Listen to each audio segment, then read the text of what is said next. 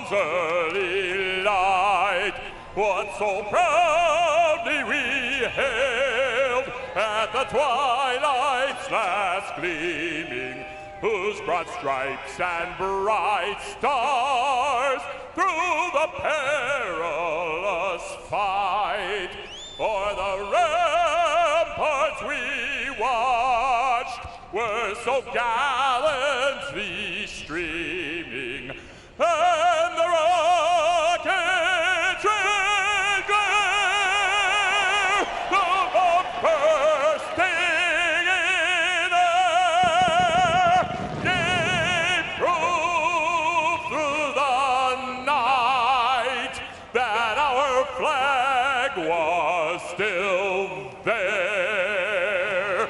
Oh, say does that star-spangled banner yet wave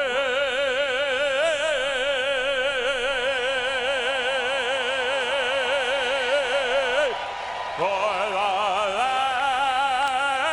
of the free and the home of the brave.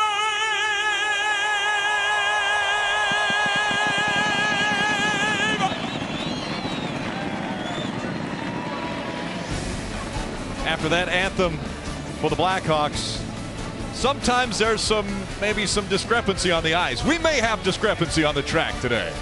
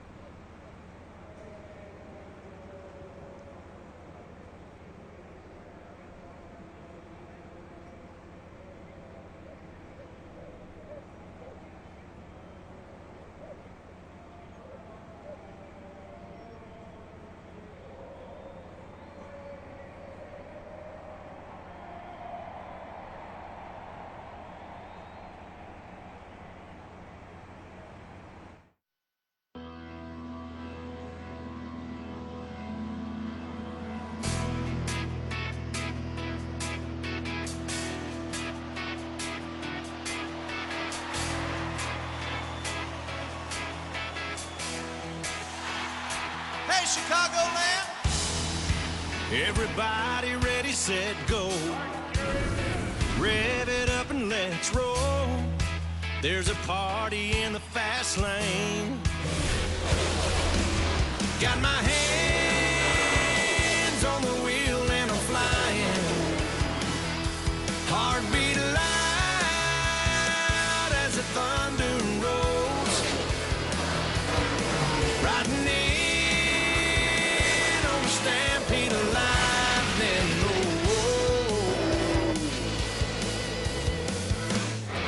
I'm bringing back the sunshine. Bringing back the sunshine. Baby, it's about time.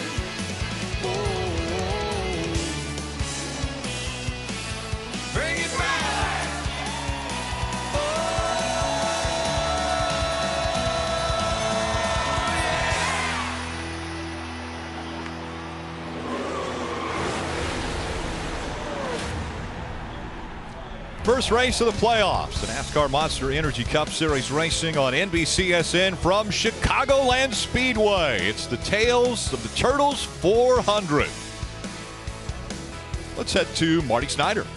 Hey, Rick, if you're looking for a dark horse in these playoffs, smart money might be with Matt Kenseth and his race team. As he told me moments ago, we've had the speed to win races. We just haven't put it together for that first win of 2017. In round one alone, Matt Kenseth has 7 career wins at these 3 racetracks. Don't be surprised if the 20 team storms out of the gate here in these playoffs, Parker. Marty, Austin Dillon comes into his second playoffs as a bit of a long shot, but he showed great speed this weekend. And speaking to his crew chief, Justin Alexander, he said they've gained on the entirety of the competition, and this might be the best car they've had all year. I call that peaking at the right time. He'll roll off 9th, Dave. Parker, though they've raced in NASCAR since the 1950s, Ryan Blaney's team, the famous Wood brothers, are in the playoffs for the first time. Now they just have to manage that nervous excitement that comes along with it. Blaney starts 12th, Kelly. Well, nobody enters the playoffs with more momentum than last week's winner, Kyle Larson. It was a win he called a confidence booster. He's never won on a 1.5 mile track, looking to change that today. They know the competition's steep. Their plan to out-execute the rest of the field. Rick? Yeah, Kelly, and the words nervous excitement, pressure, all coming up because it all comes down to this. There are only 10 races with an opportunity for 16 drivers to win the championship. Let's get the engines fired. We go trackside for the command. And now for the most famous words in motorsports, please welcome your grand marshals. He's the voice of Michelangelo, Teenage Mutant Ninja Turtles, Greg Sipes, also joined by Chicagoland heroes. Drivers, start your engine! Booyakasha! You're ready.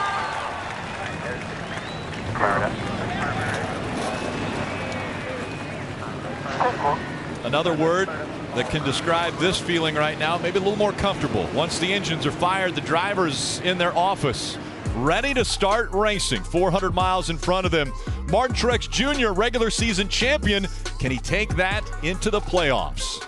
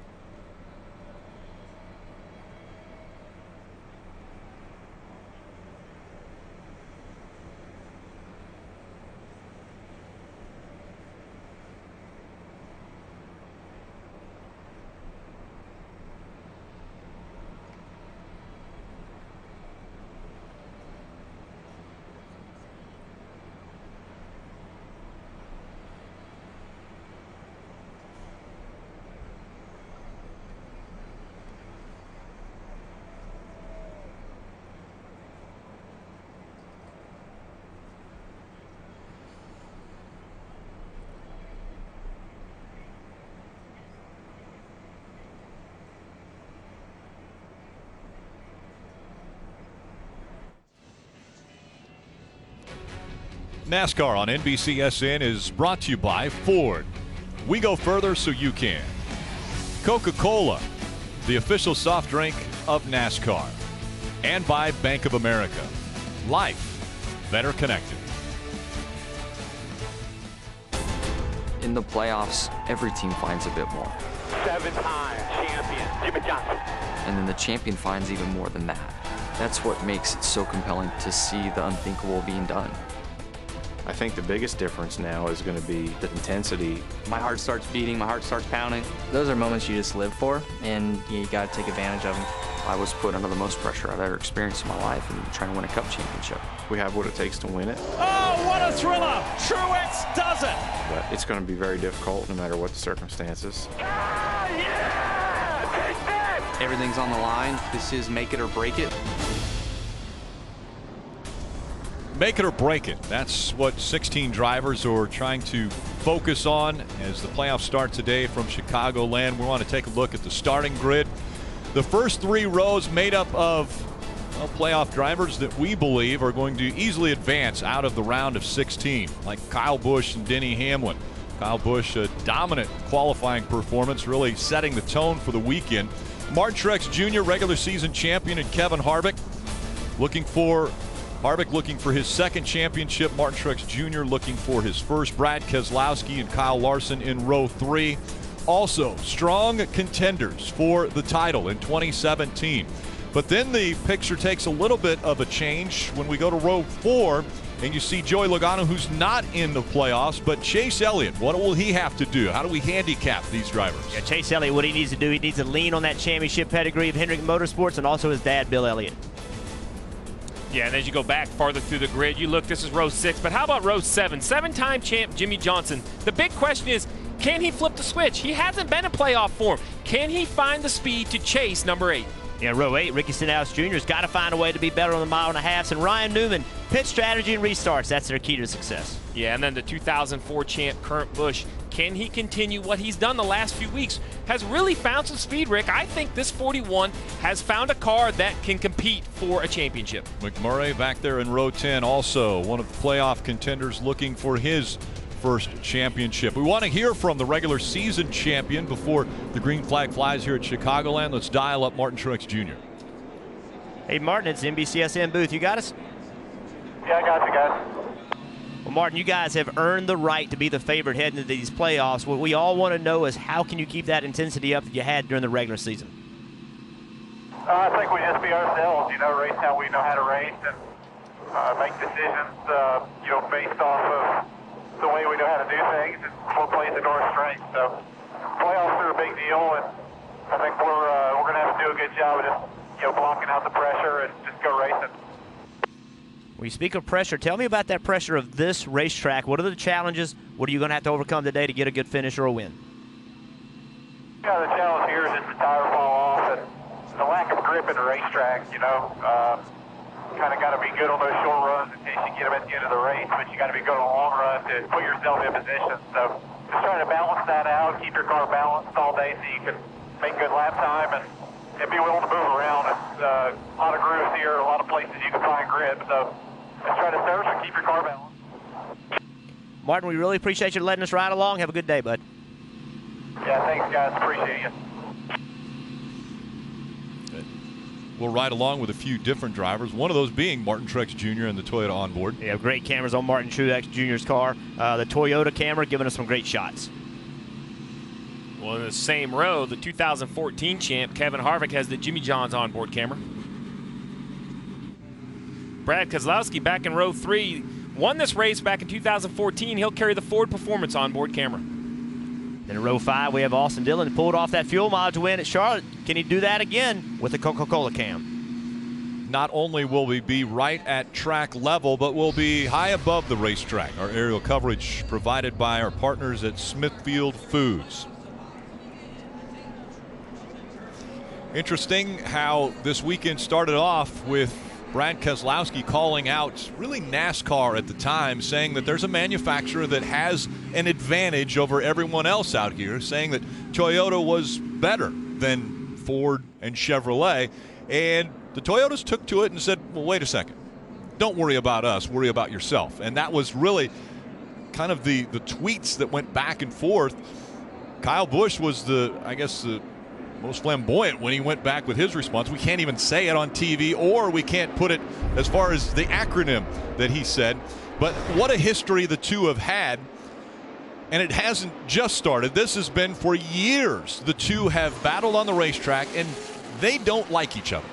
No, they really don't. They're highly competitive. You can see all the way back that started 2010. You know, this is 2013. Continue to find a way to run each other. Brad Keselowski saying you need to go in the back for that move. This is Bristol in 16, but the fact of the matter is, Steve, they don't like each other. They're highly competitive and each want to win, and they do not get along. Well, they don't like each other, and I support it. That's what sports are all about. It comes down to man versus man. Who can perform when the pressure is the highest? I'm way behind in payback, just FYI. He's way ahead, so if anybody's going to be getting it, it's going to be him. That was the response that Kyle Busch said as far as paybacks in the media center.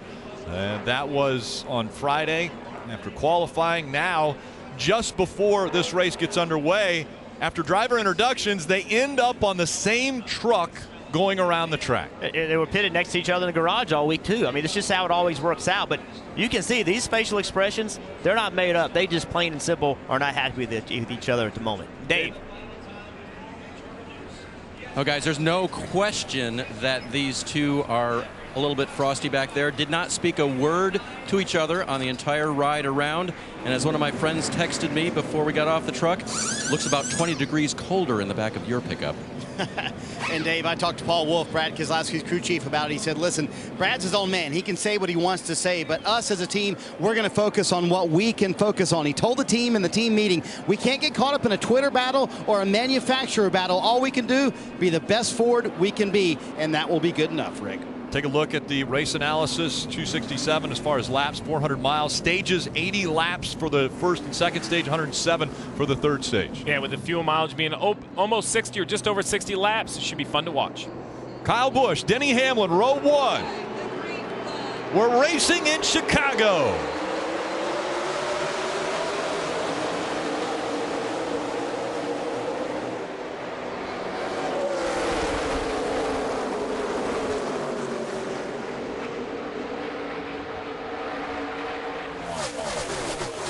Chase Elliott taking advantage of the high line. He started on the outside and has tried to make that work for him in the 24 as he's moved up following after the 4 of Kevin Harvick. And I think that right there shows you the mentality of Chase Elliott and his team. The initial green flag of these playoffs, he's on the outside making something happen. And I think that's it. Making something happen. That's what playoffs force, Rick. You cannot sit back and wait for the points and positions to come to you. As a team, as a driver, you need to be on the offensive, going out there earning those points. And side drafting down the back straightaway. You know, we talked a lot about these teams not wanting to make a mistake in this first round, because if they don't, they can move forward. But clearly, Chase Elliott has said, hey, we're going to be the aggressor. We're not going to ride around and just gain points. We need to be faster anyway. We're going to have to push to be there. Chase Elliott aggressive early. The tires they're starting this race on are the ones they qualified on, so they're utilizing those as their first set. So a little bit of laps on the tires already.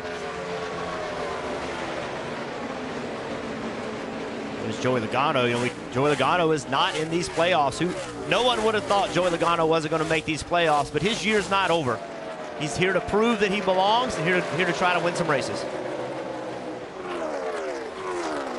Kyle Busch, the former champion, out in front, already has a 0.6 of a second lead over Martin Truex Jr., who's been able to move up to second. Denny Hamlin's dropped back to third. Kevin Harvick and Chase Elliott rounding out the top 5. Then Logano, a non-playoff driver, running in the 6th position. Brad Keselowski, Kyle Larson, Matt Kenseth, and Austin Dillon, all rounding out the top 10.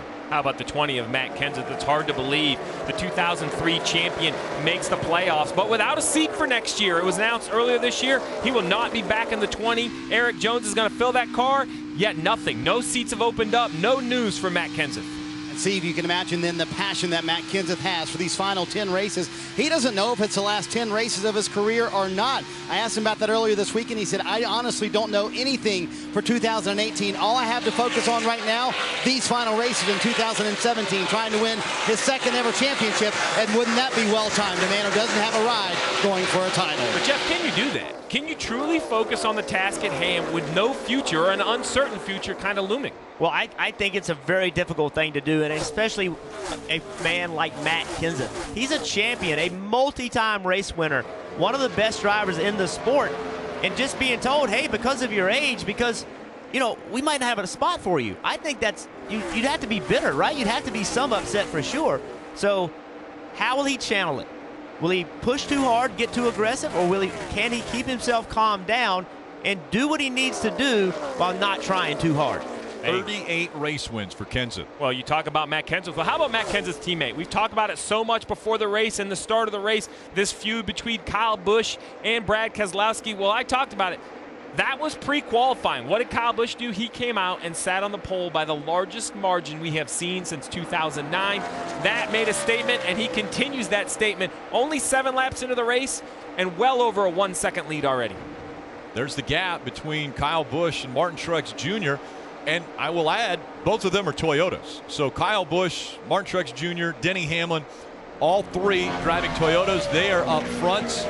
Then it's a Ford by Kevin Harvick, a Chevrolet by Chase Elliott, making up the top 5. Yeah, Kyle Busch, I think he's certainly one of the favorites, but you know, every team is going to have to execute in these playoffs, and you know what he's going to have to do is they're going to have to continue to deliver. They're going to have to execute just like they've been able to do. They can't have a downturn in performance. Continue to do the things that you've been able to do to get yourself here. This racetrack, a lot of bumps, a very rough racetrack, as we see the 4 of Kevin Harvick with a good run on the 11 of Denny Hamlin. But a bumpy racetrack, different lines. The cars have got to be set up differently for this racetrack. Parker.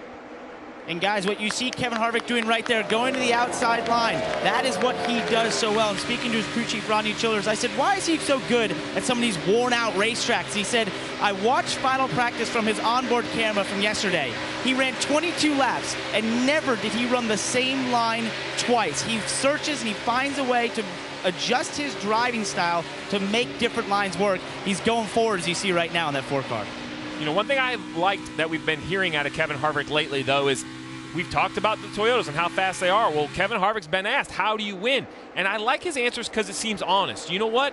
I need to go out and points race. I need to go out and take advantage of the car that I have. Well, that was his approach to the weekend. But to be honest, I think that this Ford does have a winning car. So his playoff key might be to find a way to win without the fastest car. Kyle Busch might be a little faster at the moment, but this Ford is definitely not a 5th or 10th place car. I give it a top 5 car for sure. They unloaded with more speed this weekend than we've seen from them in the previous weeks. They have stepped their game up coming to Chicago. I don't think there's any doubt about that. They're going to have to execute in the race. Listen, lap 11, it's a long way to go, but a good start to the weekend for Kevin Harvick. Marty, what's happening with the 2 of Brad Keselowski?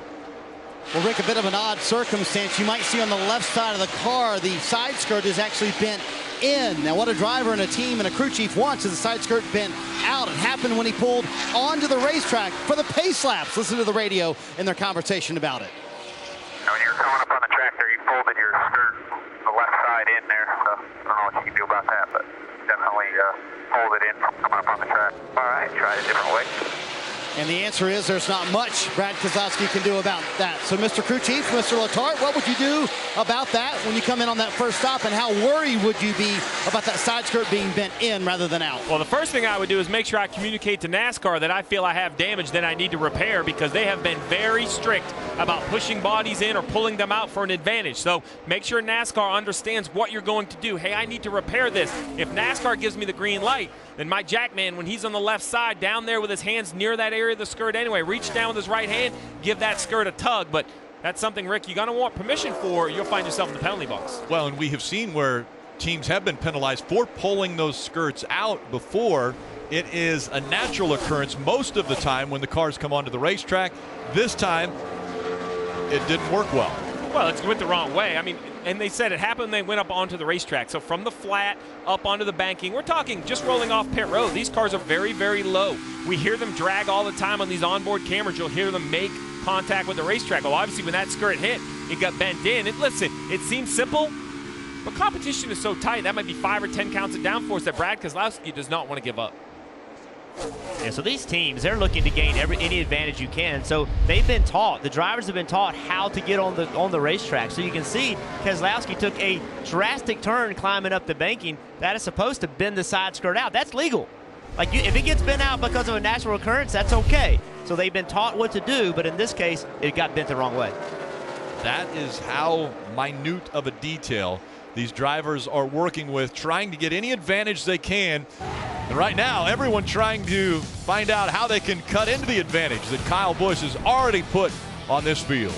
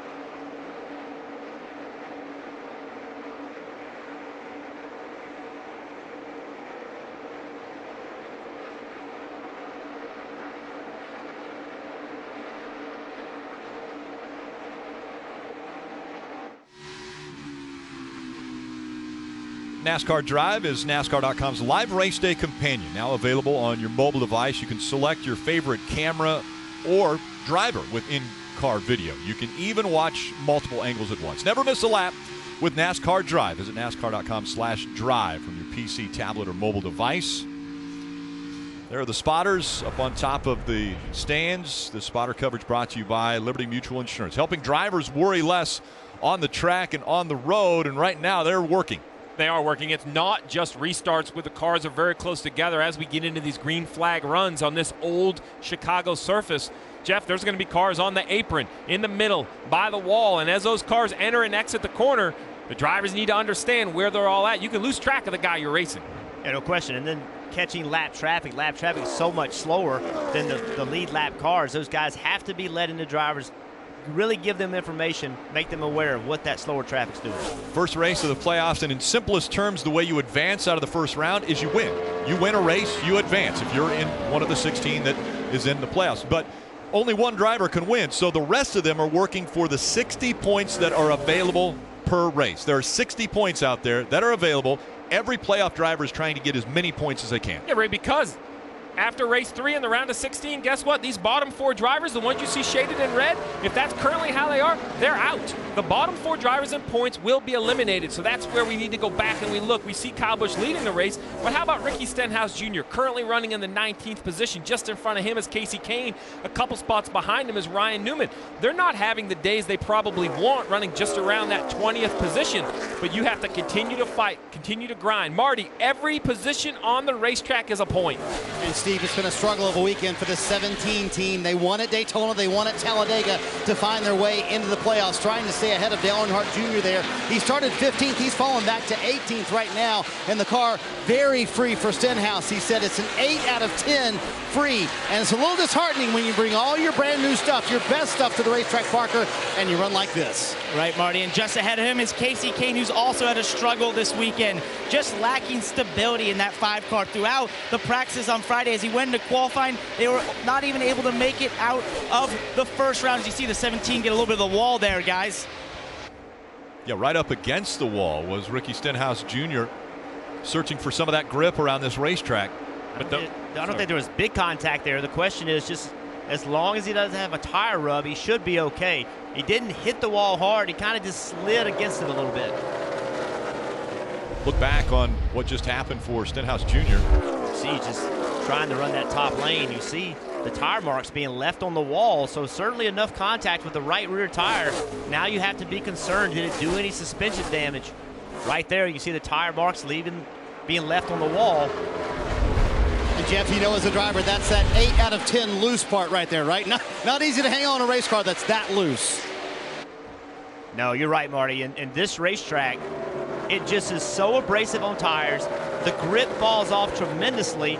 We've only run 26 laps, but that is a long time on these tires. So an ill-handling car here on old tires makes it much worse.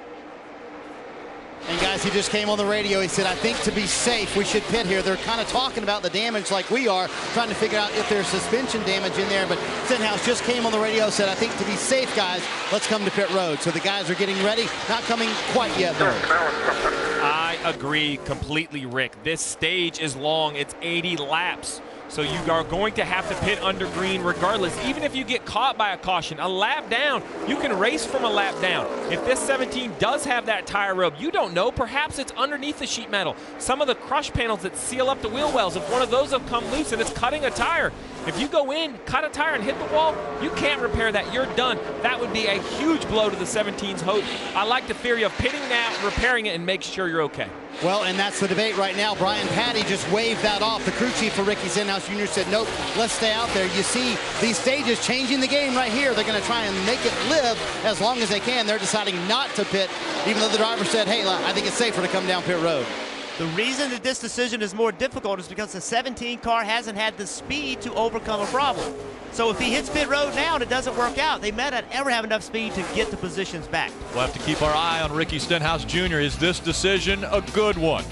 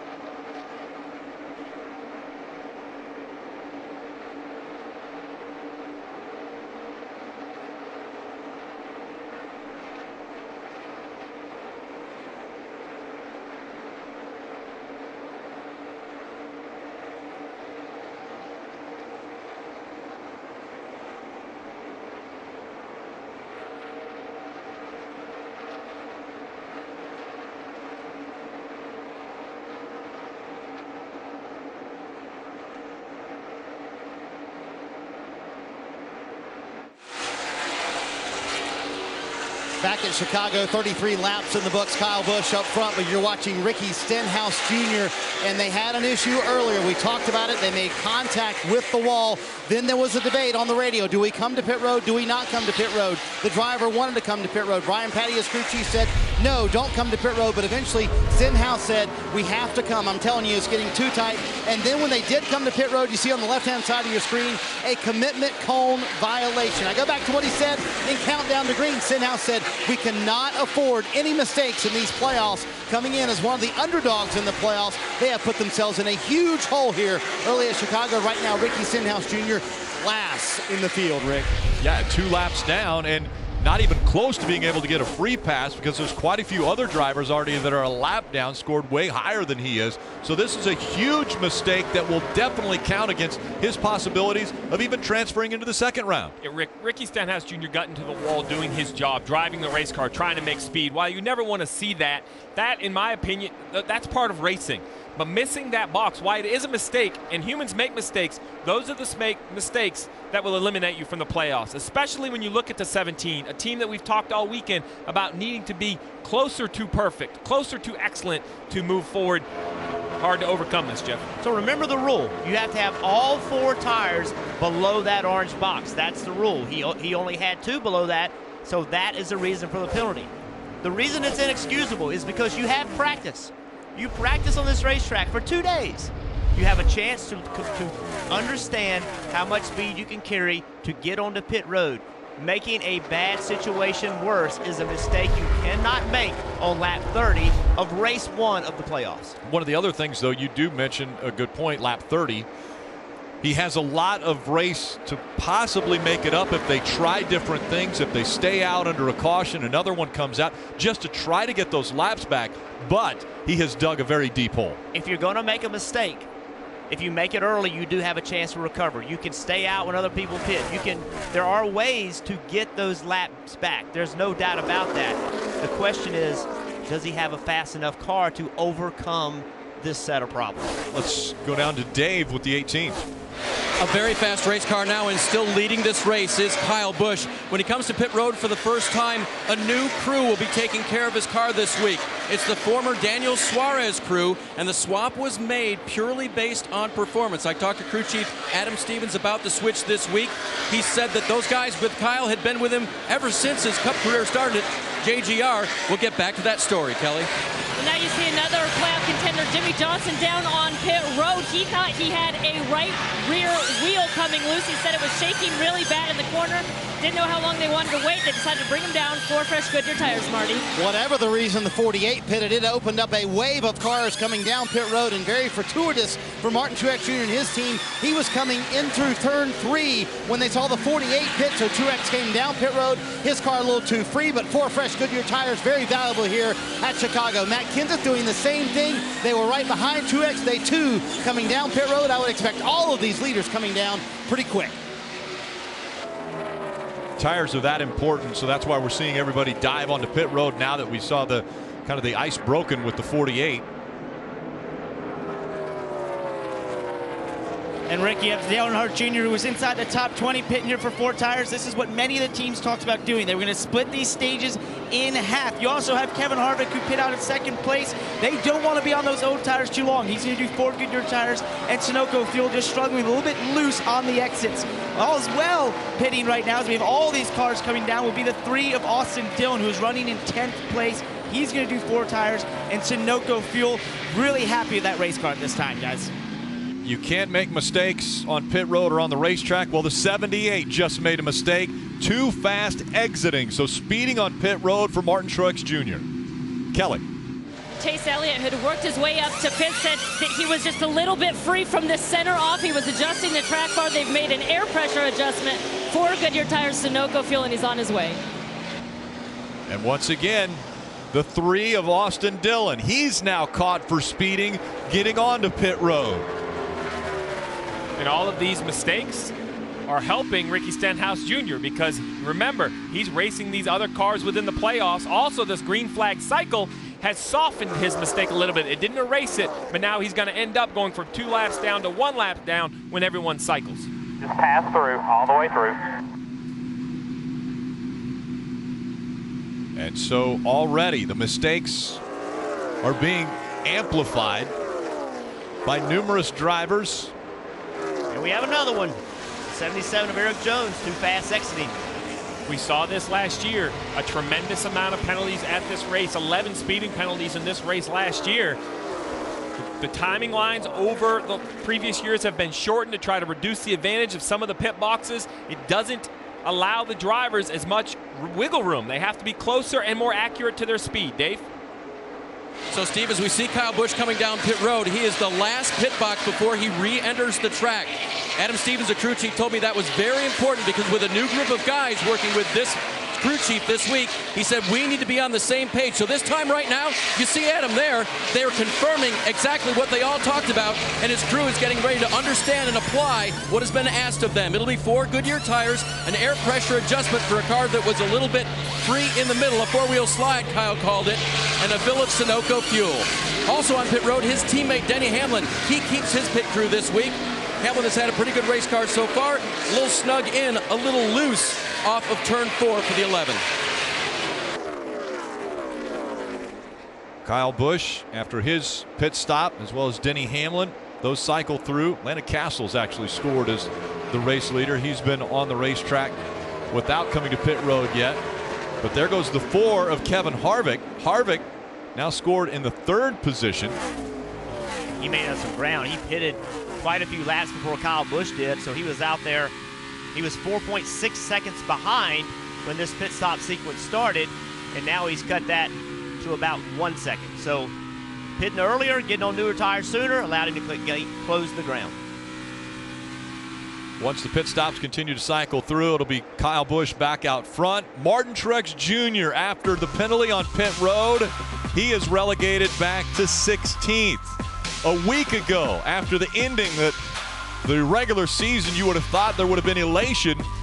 It was no smiles for Martin Truex Jr. He was hoping to switch that around at the start of the playoffs, but right now things haven't gone his way.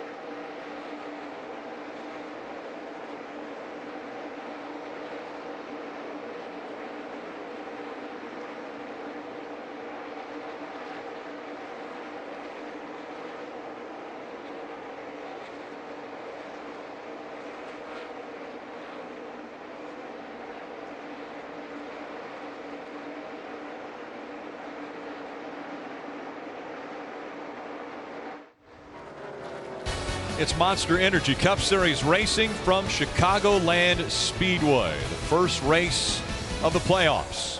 Now let's go down to the Toyota Camry on-track car with Rutledge Wood. You know, Rick, the name of the game is all about getting these cars as close to the ground as you can. Steve Letarte knows that firsthand. When you look at the splitter, that's what you got to do. Get this car down on the track as much as you can. What we saw with Brad Keselowski is that side skirt, again, trying to get the car as low as you can with that downforce package. What happens when he moved onto the track, this little spot here after the cutoff for the jack, this is actually what caught and pushed in because the force of the car moving up that angle difference. It sounds like the team has fixed it on the 2 car during that pit stop. But Steve, how often does something like that ever happen when you're trying to get the car as low as you can all the way around every single time you get to it? Well, you're right, Rutledge. It does happen often, but as Jeff pointed out earlier, the teams and the drivers have found a way that they always seem to bend in the correct direction. They're constructed that way. That's wise. That's taking advantage of the situation. Unfortunately for the 2 that went the wrong way, but we asked Marty during the break, and you look at that left rear behind the jack post now, it looks perfect. It looks pulled out. Marty said they could reach down, put a little tug. Now it looks like every other car on the racetrack. So the flaring out of the side skirt for the 2 was a concern at the start of this race. It had gone the wrong way, and now it is going the right way. Marty. And guys, they did fix that side skirt a moment ago when Brad Keselowski came down pit road. Braxton Brannon, the jackman for the 2 car, reached down and just pulled it out just enough. So they did get it fixed, Steve. So good job by your pit crew, Mr. Crew Chief.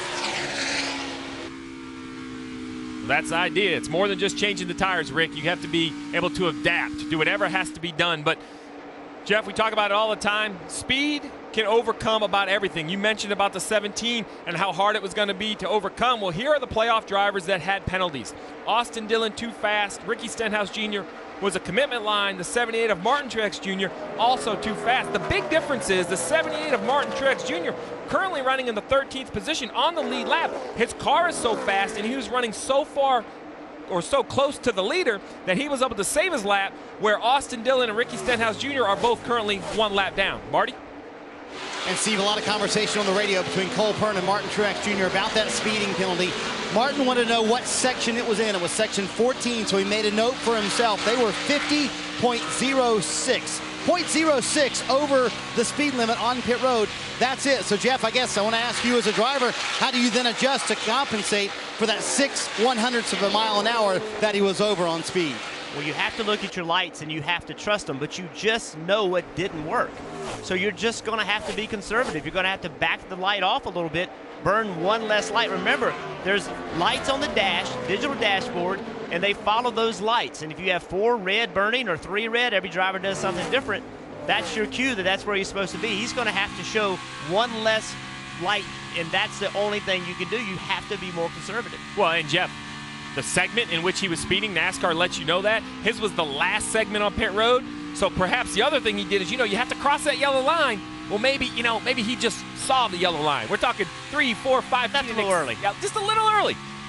Like a drag racing, he red lighted. He got on the gas just a little early. Another driver that's below the cut line right now, the 31 of Ryan Newman, and Newman running 21st right now. Dave? And Rick, early in the run, that car was very, very loose. By the end of the run, Ryan's additional comment was fully on top of the track right now. Steve, what does he mean by that? Or Jeff, you had to drive him that way sometimes. Yep, that's part of it. I mean, there's just all you can do, though, at this point is you just have to grind it out, and that's what this team does so well is they find a way to grind out. It'll be interesting to see where they end up when this race is over. So many times we see them behind, but if they're going to move forward, Steve, they're going to have to finish in the way they're running. They can't afford to have any bad races. Well, yeah, I mean, consistently he has found a way to get finishes, but it seems like at some point that luck has got to run out, Rick. You have to find a way to have a faster race car, but I've been saying that about Ryan Newman my entire career, so he's made a career of it. Will he be able to continue? We're just going to have to wait and see. Hey guys, I was just seeing you talk about pit road speeding on the 78. Remember, the 3 also sped on pit road, but his issue was a little bit different. He said when he came across the radio that his lights were jumping around so bad that he couldn't stay on the light that he wanted to be on. And Jeff, I know you've gotten into lights there a little bit, but that's another problem, is if they're not smooth, if the engine isn't smooth, then you definitely can't get to the pit road speed you want. Yeah, so what happens, Parker, is if the engine's not running smoothly, you can imagine the tachometer is actually jumping up and down, so it doesn't have a consistent, steady state. So when you're trying to look at the tach and look at one small thing, and it's jumping up and down, you can't do it. It's impossible to be consistent because the track's literally jumping up and down 400, 500, 600 RPMs. You can't be consistent. And again, a reminder, they don't have speedometers. They have tachometers. So they don't have just a set speedometer that tells them this is how fast you go. That'd be too easy, Rick. We don't want speedometers. We want it to be a challenge. Yeah, well, listen, Kyle Busch, he's not had any of these problems. Kyle Busch he's just got a 3.5-second lead over Kevin Harvick, but look who's directly in front of him right now.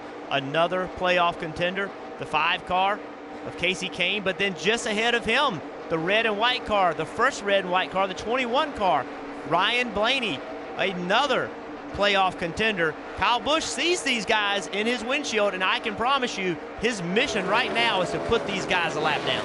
That car is so fast, the 18 car, and when I talked to Adam Stevens about that qualifying lap that was almost 2 miles an hour faster than any other car, he said, I didn't think anybody could do that. The one thing they did work on, though, was that some front-end speed that they needed to give up a little bit for this car at the end of the longer runs. So that was a little bit that they knew was going to be ill handling for Kyle at the beginning of the run to maybe make up some at the end, but I haven't seen any weakness in this car yet, guys. Maybe Brad Keselowski was onto something, as now the 18 of Kyle Busch has put everyone other than the top 15 a lap down. Only 15 cars on the lead lap.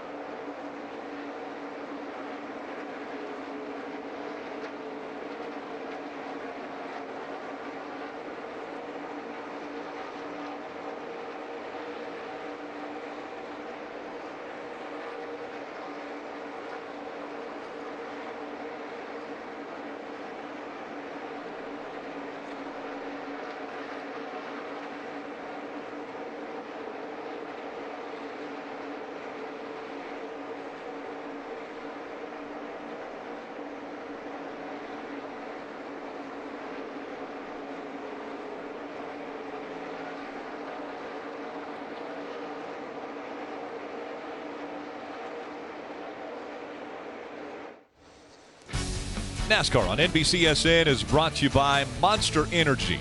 Unleash the beast. Toyota. Let's go places. Subway restaurants. And by Credit One Bank, the official credit card of NASCAR. Chicago, definitely one of the greatest sports cities in America. And the fans have shown up. They have camped out. And they have enjoyed already 68 of the scheduled 267 laps from Chicagoland Speedway.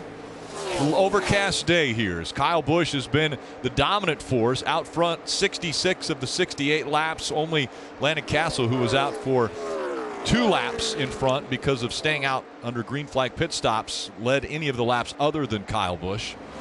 Kevin Harvick, Chase Elliott, and Denny Hamlin of the other playoff drivers, they're running in the top 4. Then it's Joey Logano running in 5th.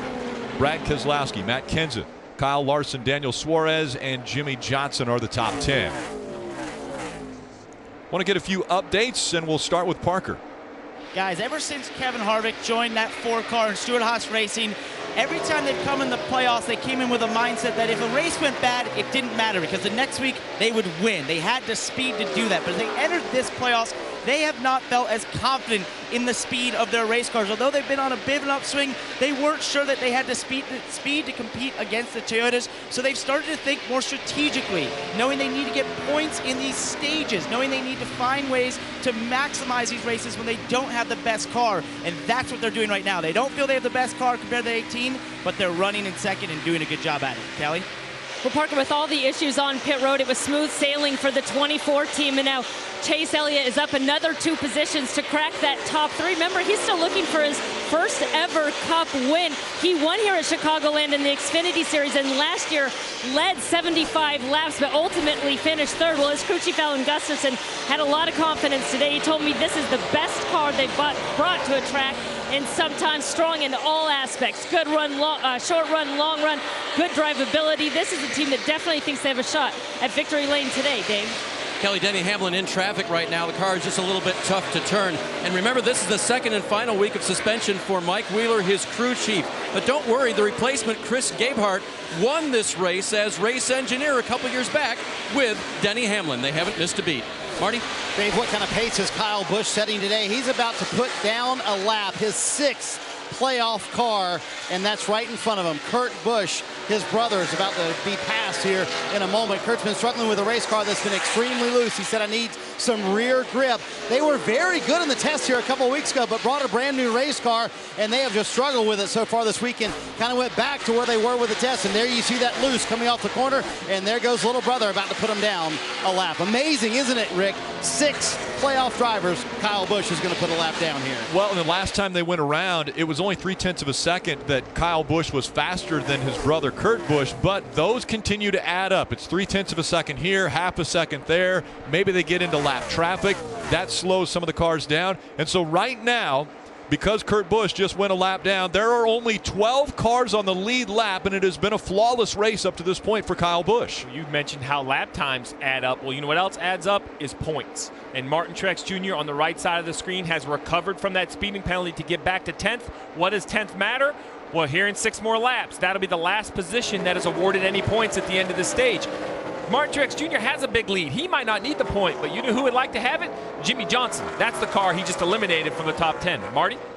Well, and Steve, trust me, he wants those points. Even though it came in with 53, 20 more playoff points than anyone else, he told me we're treating it as if we're at 0. Those 53 points are our savings account in case we need anything during the playoffs here. And you're watching this battle as Kurt Busch trying to stay in front of his brother on the left-hand side of his screen. But for the 78 team, they're worried about pit road. Here's further conversation about that speeding penalty last time. We were pretty conservative on our speeds. It was just that last segment. You know, such a short one. I don't know if we just hit the gas a little bit early, leave it, or what. But everywhere else was, you know, plenty conservative. I didn't think I did, but... And knowing they're going to have to pit at the end of this stage here, you can believe, as Jeff said a moment ago, that 78 Martin Truex Jr. going to be a lot more conservative this time on pit road with the speed. Conservative. The one thing he's got going for him is he had a huge lead to start the playoffs. Because of all the playoff points that he was able to accumulate during the regular season, he had a 50-point lead over the last place in the playoffs at the start of this race. So remember, there's only 60 points that can be gained in one race. 60 total points are out there, and Martin Truex Jr. started with a 50-point lead over 16th. Over 16th, but not over 2nd, 3rd, 4th, 5th. So he doesn't want to give spots up to Kyle Larson, to Kyle Busch, to Keselowski, to Johnson, Harvick. He doesn't want to finish behind those guys because now he's relinquishing that point lead that he has over those guys. And it looks as though Kyle Busch has decided he's going to just stay behind his brother, because it looked as though Kurt was going to go a lap down. He didn't. I had mentioned that he was, but there are still 13 cars on the lead lap, and Kurt Busch is the last car on the lead lap. It's a matter of, will his brother put him a lap down? Will he go by him? And just under 2 laps to go in this stage. Well, we might be in the city of brotherly love, but I'm not sure there's much brotherly love between these two, because Kyle Busch is a competitor, and I think he wants to eliminate the 41, although he's having a little bit of trouble.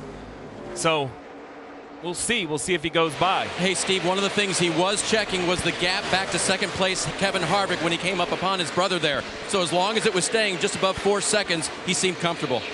Never good at geography, Rick. It's the Windy City. Let's go with the Windy City here in Chicago. And he's going to stay behind him. This is a final lap.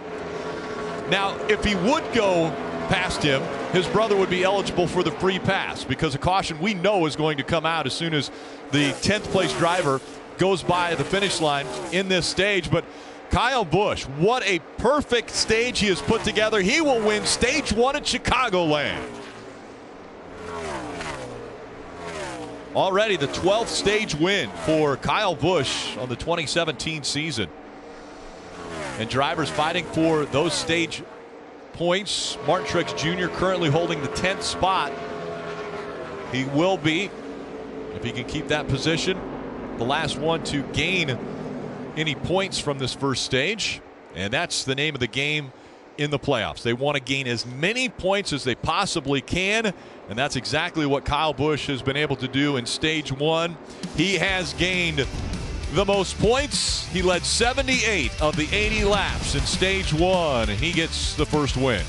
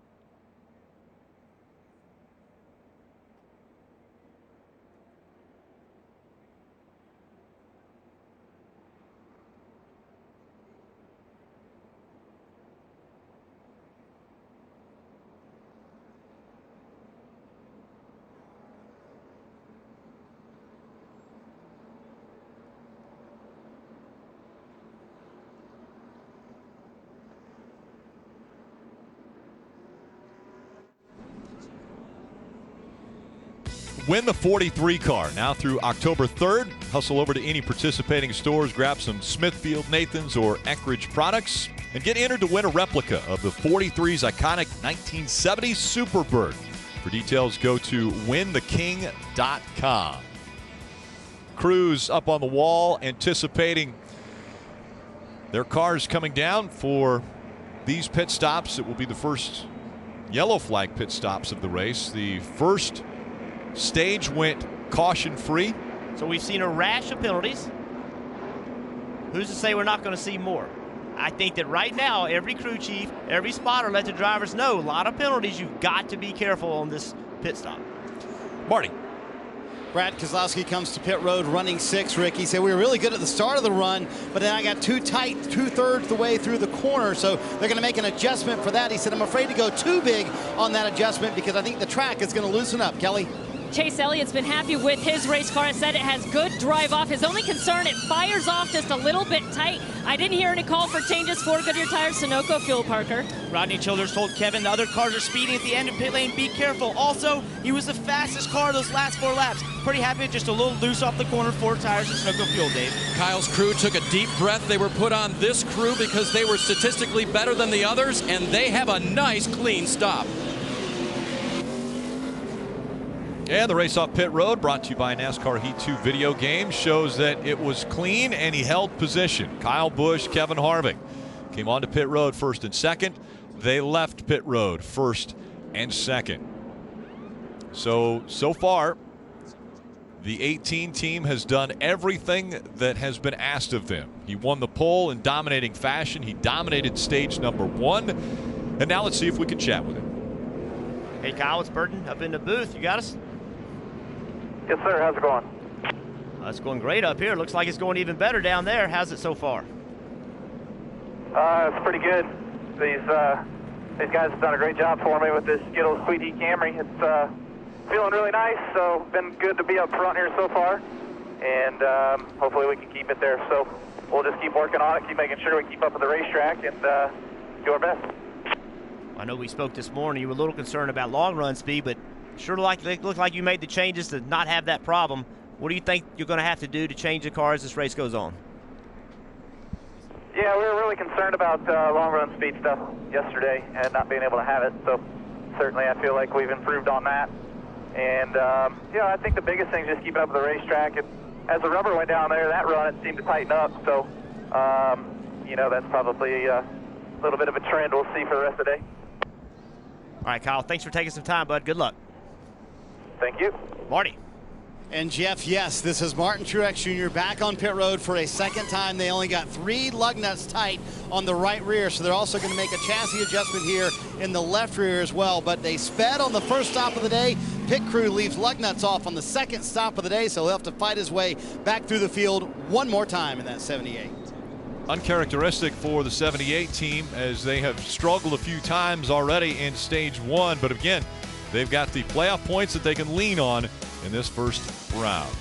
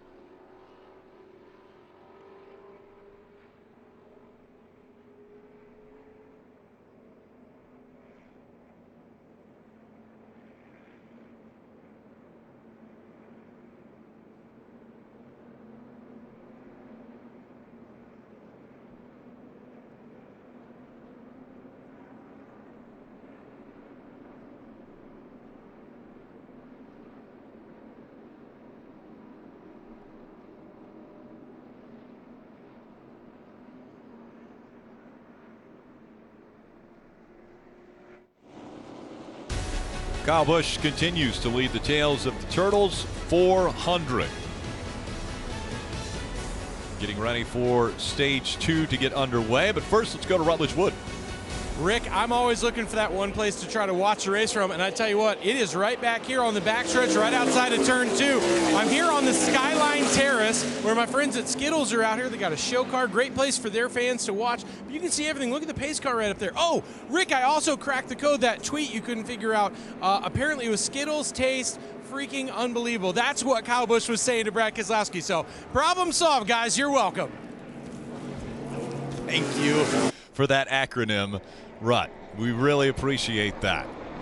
It has been already a great start, obviously, for Kyle Busch, as he was able to not only win the pole, but then go out and dominate from the start of the race. Had upwards of a 3-second lead over second place.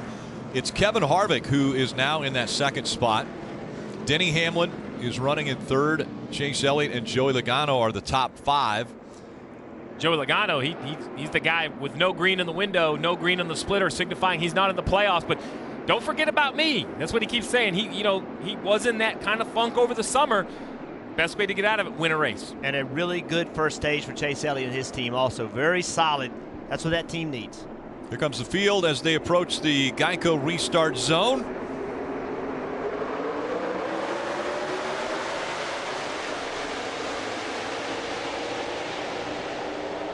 Logano's going to try the apron to get an advantage on the 11 of Denny Hamlin.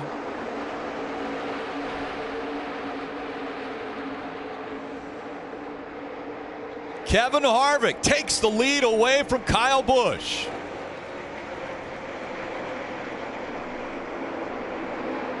Now the question will be, how will the 18 run when he doesn't have the clean air that he had for pretty much the entire stage 1 where he was out front? That's a great point, Rick. All the adjustments on that car were made with clean air. They know how that car drove, not really behind anybody. Kevin Harvick with muscle in that restart. That's going to drive the decision of where to restart for the leader. So the leader just picked the bottom and got beaten on the outside. So the next time, watch where the leader lines up. Well, there's been a lot of talk about Toyotas, Rick, but when you look at the scoreboard, Ford, Toyota, Chevy, Ford, Toyota, Chevy, the top 6 split evenly through the 3 manufacturers. Take another look at the restart. Talk about how important track position is. That makes restarts important. You can see there's no question Kyle Busch got a great start, but Chase Elliott actually pushing the 4 of Kevin Harvick just a little bit, and Kevin Harvick just with muscle on the outside lane, more grip, pulls a little bit of air off the side of the 18 car, gets him out of the racetrack, and easily clears Kyle Busch. So Kevin Harvick is out front, Kyle Busch running second. As we see the 78 of Truex Jr. trying to take the shortcut. Well, and that 78, remember, it was reported by Marty, they came in a second time to tighten some lug nuts. While he didn't really lose many actual positions on the racetrack, he was already close to the last car in the lead lap. What he did lose is a lot of track position, because with the second time on pit road, he had to start behind all the lap down cars as well. He loses the ability to pull up and race with the lead lap cars. That's what he's working through right now. And Steve, one thing they did when he was on pit road here is they took a little extra time. Cole Pearn making the Ecology Truex shoot down to the apron and all those cool sparks fly up. They've been very free with this car. So while it was on pit road, they had the extra time. They put a spring rubber in the left rear spring to tighten up that race car. And I know as a crew chief, when you have time like that, you take time to fix the car, don't you, Steve? Well, it's race management. I think all of these crew chiefs understand that as we get past the end of the second stage and that final stage, you can't give up track position. You can't make big adjustments. So if there's any sort of inkling that it needs to be done, do it when you have the time. How hard is he on the spring when he comes and slams down on the apron when he came across the start-finish line the last 2 times? Well, it's built for that. And you see those sparks. I don't think those should be of any concern. That's either a wear block or perhaps the right side skirt that's metal around the exhaust pipe, but they're always fun to watch. And why does he do that? It's the shortest way around the racetrack. It's just quite simply, he's just making the front straightaway shorter, turns left, gets underneath the guy, and takes the spot. Geometry, Rick. I'm better at geometry than geography. They both start with G. Kevin Harvick is out front as Truex Jr. currently running in the 13th position. There are only 16 cars that are on the lead lap, and of those 16, there are 5 that are non-playoff contenders. For some updates on non-playoff contenders, let's start with Dave. The 22 car of Joey Logano, of course, very disappointed that he did not make the playoffs this year. Talked to his crew about how he would help the 2 and it was something you've heard before. We'll work with them during practice to maybe try something that they'd like to see on a similar car, but when it comes to race time, that is about us. The 22 is on their own program when it comes to trying to win. As for the 19 of Daniel Suarez, it's a little bit different. Talked to Scott Graves, his crew chief, this morning, and he told me that we don't typically run what the other JGR cars are running, and so we're kind of on our own island there. That's the way it'll run for us, and we'll just try to make Daniel the best he can be as he finishes out his rookie season. Daniel Suarez just behind the 21 of Ryan Blaney. He's the first car a lap down, running 17th right now. And when the charter system happened with NASCAR and teams were given charters, a lot of people scratch their heads, well, wait a second, Wood Brothers, they've been in the sport forever. Why do they not get a charter? Well, they didn't run a consistent schedule for a few years. Well, now they're in the playoff system for the first time. The Wood Brothers are doing the playoffs now for the first time. Dave. We talked about how for the 18, the crew swap could be a much bigger improvement for the 18, but it also lends to some possibilities, maybe some nerves working for the first time for a different crew. And this time it may have bit them. A loose wheel being reported by the driver of the 18. He'll come down pit road. They'll change all four, make sure they're all tight on this 18 car, the stage 1 winner. That is a huge moment for the 18.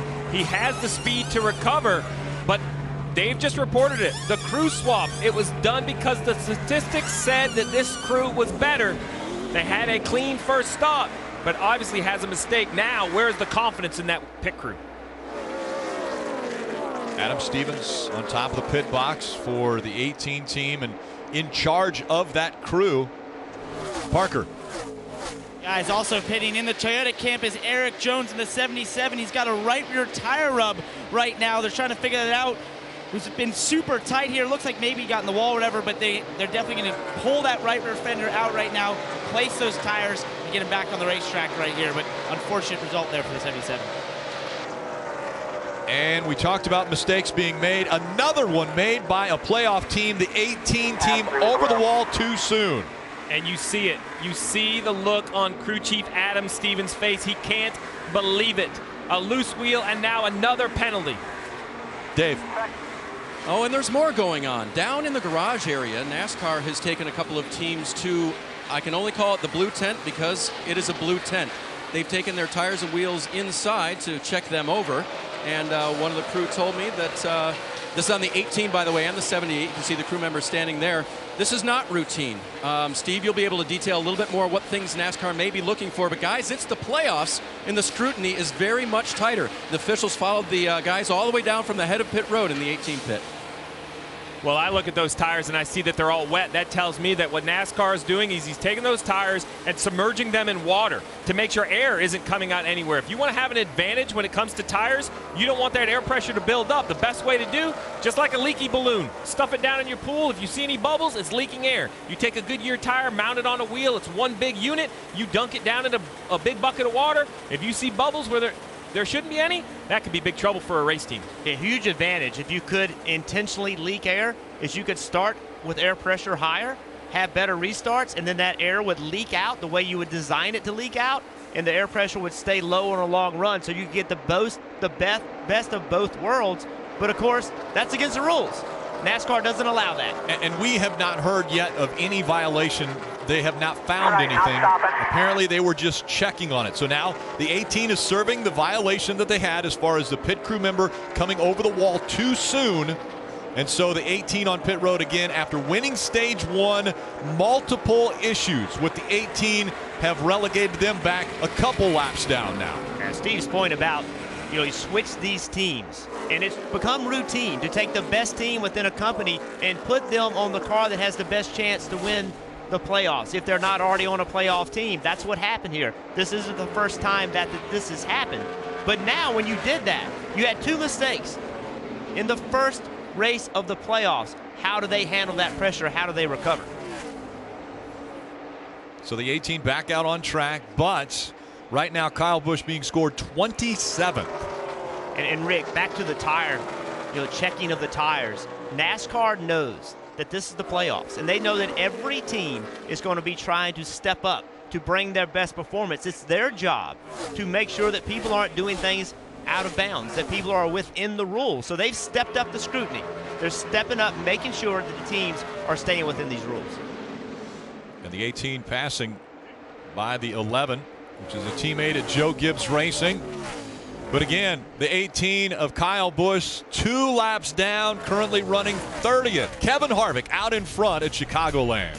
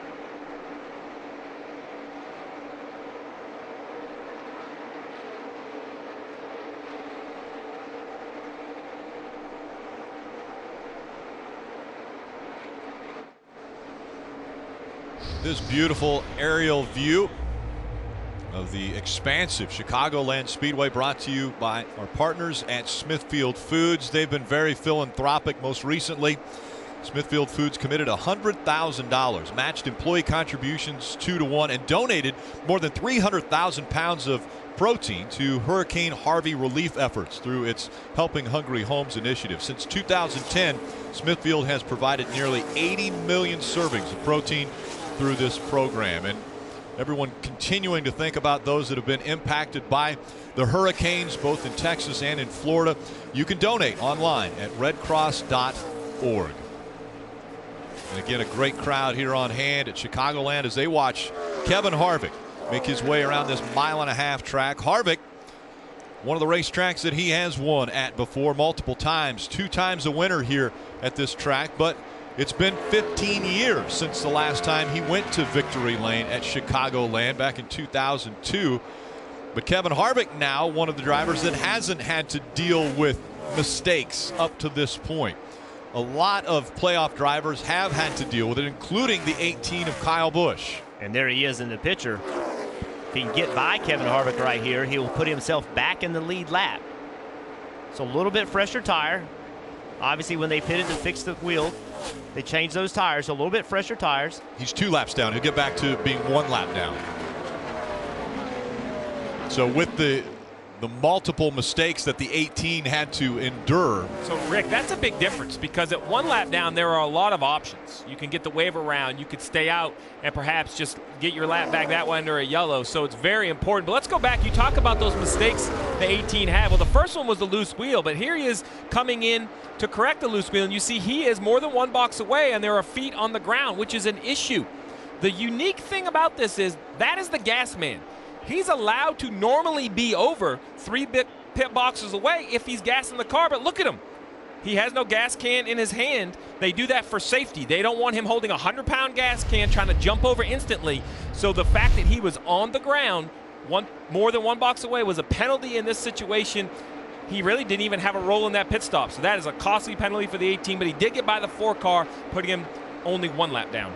Dave. And you talk about the communication now between crew chief Adam Stevens and his new crew. Adam told me earlier this week, he told this group what to expect out of Kyle as a driver. He said he's not going to pump you up and praise you when you do a great job, and he's not going to tear you down when you do a bad job. I had the radio on the entire time after all of that. No terse words from the driver. Recently, an update, the condition of the race car, and that was it. So it all started with they thought they had a loose wheel. They brought him onto pit road. They made a mistake. So then with that mistake, it compounded the fact that he went 2 laps down. But fresher tires and where he came out on the track enabled him to get by the 4. So he's now just 1 lap down. But he's behind a lot of cars that are a lap down, because right now Kyle Busch is running in the 26th position.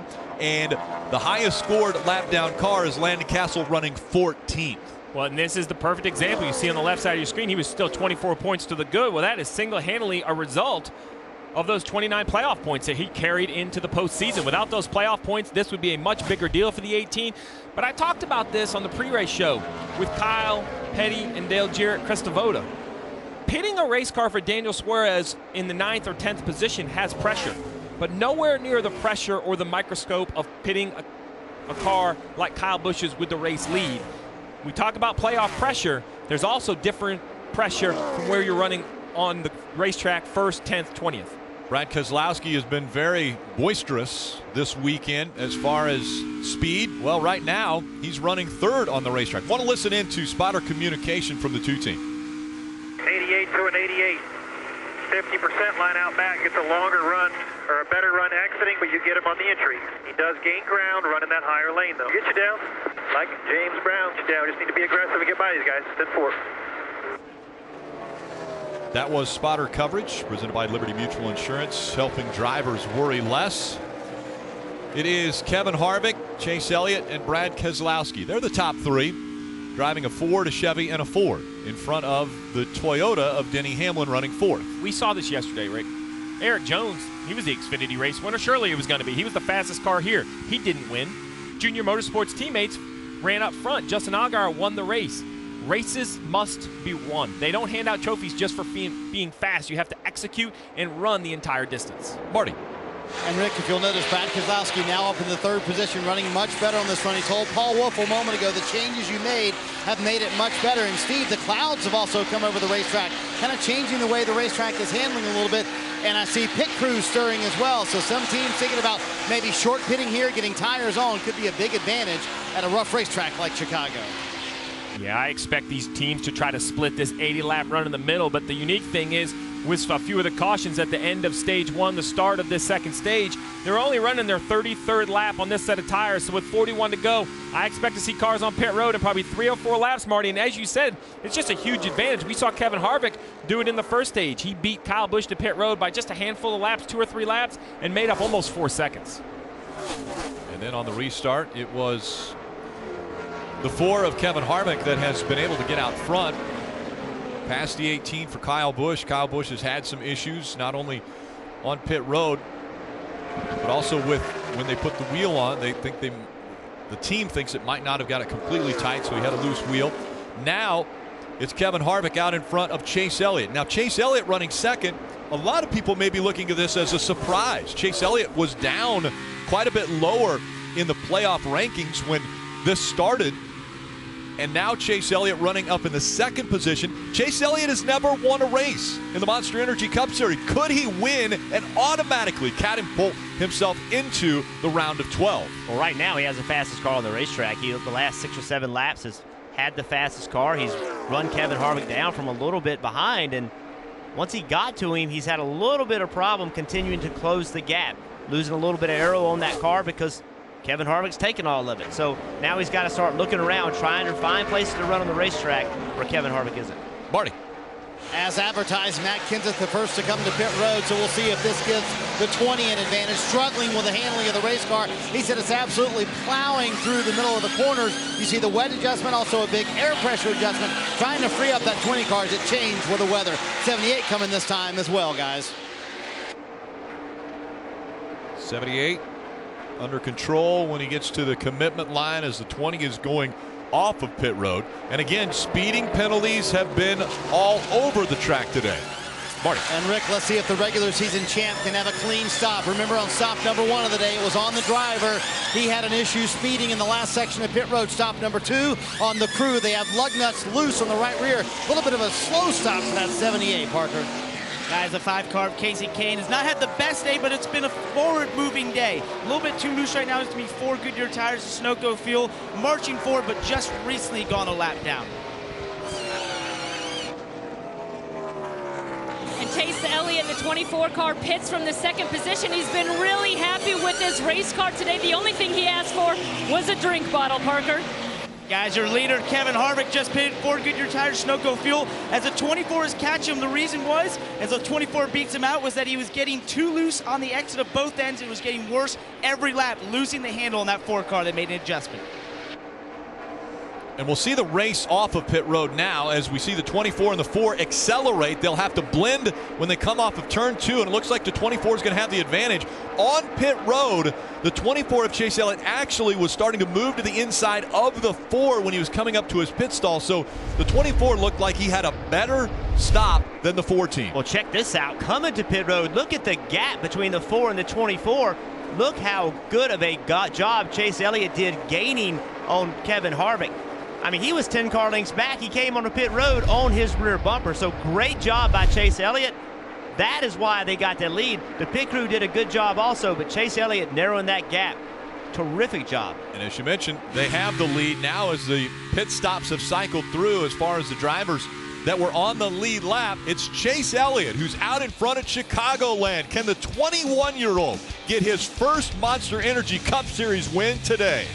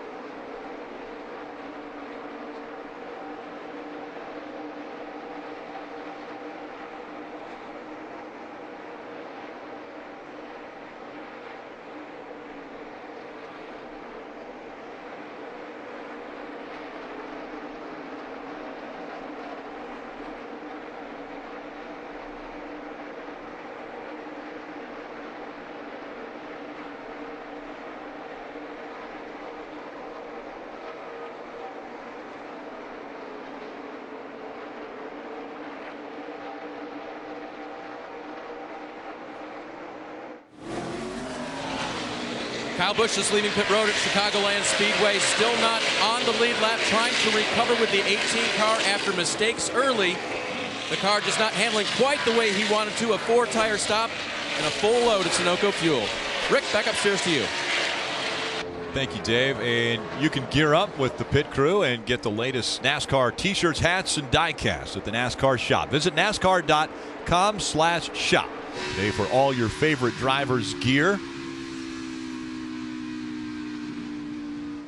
And the 24 of Chase Elliott also taking that shortcut through the apron right along the front stretch. It is Chase Elliott out in front of Kevin Harvick by 1.2 seconds. Well, this is Chase Elliott's second playoff appearance, and I think that makes a huge difference. Your first playoff appearance, nerves are really high. He's been there, done that now. And Steve, I think a huge opportunity for Chase Elliott is to use that pedigree that he has around him. Hendrick Motorsports has many championships. His dad, Bill Elliott, has championships. Use those guys help you through these playoffs. Chase Elliott, obviously from a family of racers. His father, Bill Elliott, was a champion back in 1988, multiple-time winner and a Hall of Famer. And the question always comes up, is it forced upon these drivers, these young drivers, to be a part of the sport? Here's Chase's response. His only concern and advice was go talk to Mom. That was what he always said. And so, you know, Mom always wanted me to play golf. That was her first her first thing. But no, she was really okay with it and has always been pretty supportive of racing, very supportive of racing. Both of them have. But I feel like one thing about my parents that I've had a lot of respect for that oftentimes you don't see is I think it's easy to push kids into doing things that maybe the parents want you to do or want to see you do. For me, my parents have always given me the choice, and at any point, even today, if I went home and said, Dad, I don't really want to race anymore, or I just don't want to do this anymore, it'd be fine, be no hard feelings, we'd go on down the road and do something else. And that's the way I've always felt over the years, and I've always had a lot of respect for Mom and Dad because of that, and they've always given me that choice. Bill Elliott's found just an amazing balance of being there for Chase, but yet you don't see him around the racetrack in the picture much.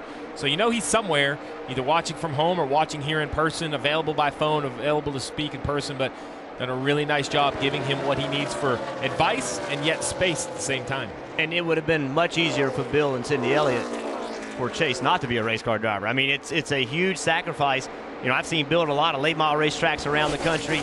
I mean, it takes a lot when you have a kid that wants to race, and they both supported him hugely. I can promise you, they're not twisting his arm making him do this. Well, let's go to a special nonstop brought to you by NASCAR Heat 2 video game.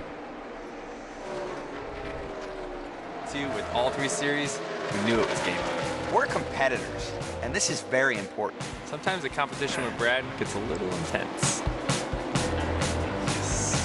One more. One more time. One more. One more race.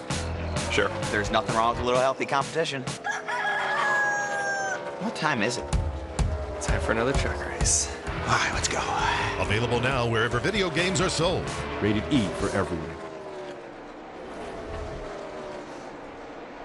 Chase Elliott has a 1.4 second lead over Kevin Harvick.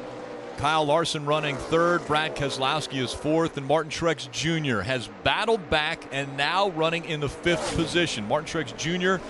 speeding. They did some adjustments to the left side of the car, and already he has been able to rebound and make it back into the top five. Want to go through the field? Brought to you by Carl's Jr. Let's start with Kelly.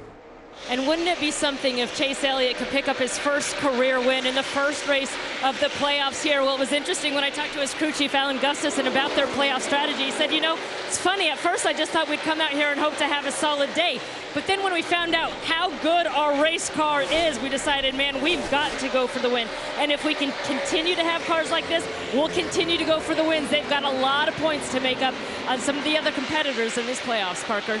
Guys, Kevin Harvick riding second right now. May have lost the lead to Chase Elliott under those pit stops, but he seems to be gaining that back, and I'm not surprised. After talking to his crew chief, Rodney Childers, this morning, I asked him, what is the strength of your race team? He said, we're best when we're on the offensive, when we're going for it. We're absolutely trying to track someone down or making moves on a restart. That's when Kevin's at his best, and that's when we're best as a race team, and that's what he's doing right now. I'll be looking to see if he can run that 24 down on the long run, Kelly. Yeah, just behind Kevin Harvick is last week's winner and Kyle Larson. Well, that was a big win. It got him 5 more bonus points for the win in the playoffs. Also, they beat Kyle Busch for second in the regular season standings, which gave him an additional point. But the biggest thing to that win is crew chief told me that they won at Richmond. They felt like that was probably the last track that they'd get a win at. He called that a big boost in the arm and expects that confidence to carry across these mile-and-a-half tracks they'll face here in the playoffs, Marty. Kelly doing that pit stop exchange. Brad Keselowski lost 1 spot and about 1 second on the racetrack to the leaders. I was talking to Paul Wolf this morning. He said, over the summer, a lot of things happened to us. He said, some of it was our doing, but he said the mistakes must end today. Remember, they had that side skirt bent in earlier. They were able to fix that, but so far, a mistake-free day for Brad Keselowski in 4th. Martin Truex Jr. has clawed his way back up through the field twice now. Now he's in the top 5. And I asked him, when did you get over Richmond? Remember how upset he was after the race last week? He said, when I got to the airport, Cole Pearn pulled me aside and said, listen, move on. That's over with. We have 10 races to focus on. He's been focused on the playoffs since then and told his team a moment ago on the radio, Dave, we ain't out of this thing yet.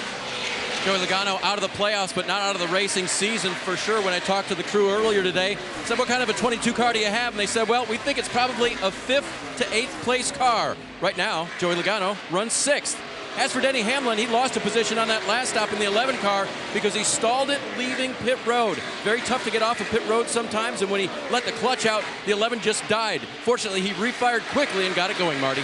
Dave, a couple weeks ago, we had an off week here in the Monster Energy NASCAR Cup Series. So Kurt Busch walked into Tony Gibson's office and said, hey, I want to go to the next 2 races of the regular season in playoff mode. Why not? So they did that for Darlington, Richmond. He said it made us come to Chicago much more relaxed. Car right now for Kurt, a little too free. Remember, he was about to go down a lap a little bit earlier in the 8th spot. Matt Kenseth has been struggling with a race car that has been extremely tight for both of the last 2 runs. He told me it's really difficult to know where we stack up with the rest of the field because we just can't finish races. My main goal in round number 1, just finish off races where we've run, Kelly. After starting 19th, Jamie McMurray has worked his way up into the top 10. This is his 3rd straight season in the playoffs, but how are they going to advance this time around? Well, when I talked to crew chief Matt McCauley, said, look, we're way ahead of where we were at this point a year ago. Last year, we were still playing catch-up, just building our cars. Now, hey, there's no magic wand, but they feel like they are in a good position, much better than years past, Dave.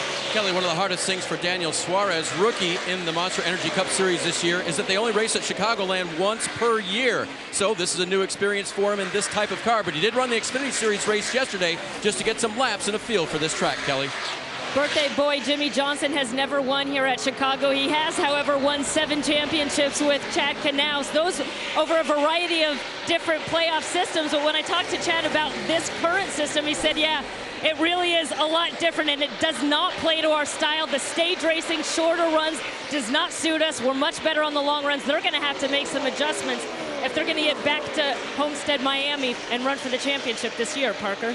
Kelly, we haven't talked a lot about Clint Bowyer today, but his radio's been anything but quiet. He's had a ton of issues inside that 14 car. The first half of this race, the brakes, they weren't working. The pedal was going to the floor. The splitter was on the ground. The good news in the second half of this race, the brakes have fixed themselves, and he's gotten that car handling a little better, just tight right now. He's the last car on the lead lap. And then behind him in 14th would be Dale Earnhardt Jr., who is the first car 1 lap down. They have not pitted yet in this pit sequence. The last time the 88 pitted was on the stage, the end of stage 2. Or stage 1, sorry. And therefore, right now, they find themselves trying to live out this run as long as possible to hopefully get a caution and see how that works out for them. Chase Elliott out in front, searching for his first ever win in the Monster Energy Cup Series as we go NASCAR nonstop.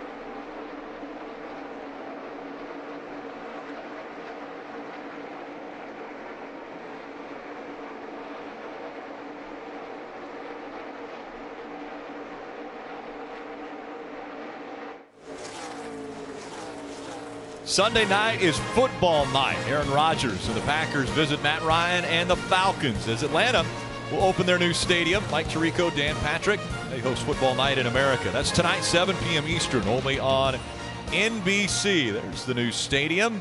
And actually, Kevin Harvick had referenced the way some positions in NASCAR resembled those in football.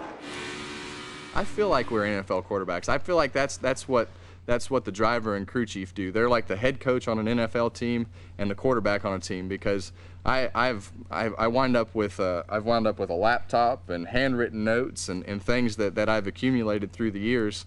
And you look at all this stuff and you study constantly. It's just like other sports. And right now, Kevin Harvick running in the second position, chasing after Chase Elliott, who has just under a 1 second lead over Harvick.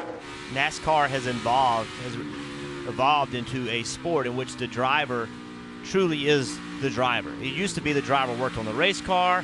He did all kinds of things. Well, today, he is treated like the quarterback, and he is expected to be prepared as a quarterback, be prepared as a professional athlete. Training, physical conditioning, being in a simulator, preparing. It is a completely different level of preparation today compared to that was in the past. Marty.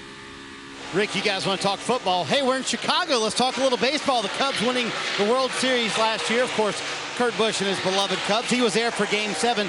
So he's in town for the race and didn't go to the Cubs game, believe it or not. But he did go when he was here for the tire test. And yes, that is a World Series ring that his wife Ashley got for him for his birthday. I think Ashley gets nominated for Wife of the Year. I don't know how she pulled off getting a World Series ring for Kurt, but he told me, and he told all of us on NASCAR America, greatest gift he's ever gotten. Can you imagine getting a World Series ring, your favorite team in sports, for your birthday? That's a pretty good gift, isn't it, Rick? Absolutely. Marty, it is Wife Appreciation Day, by the way. I just want to make sure that everybody knows that.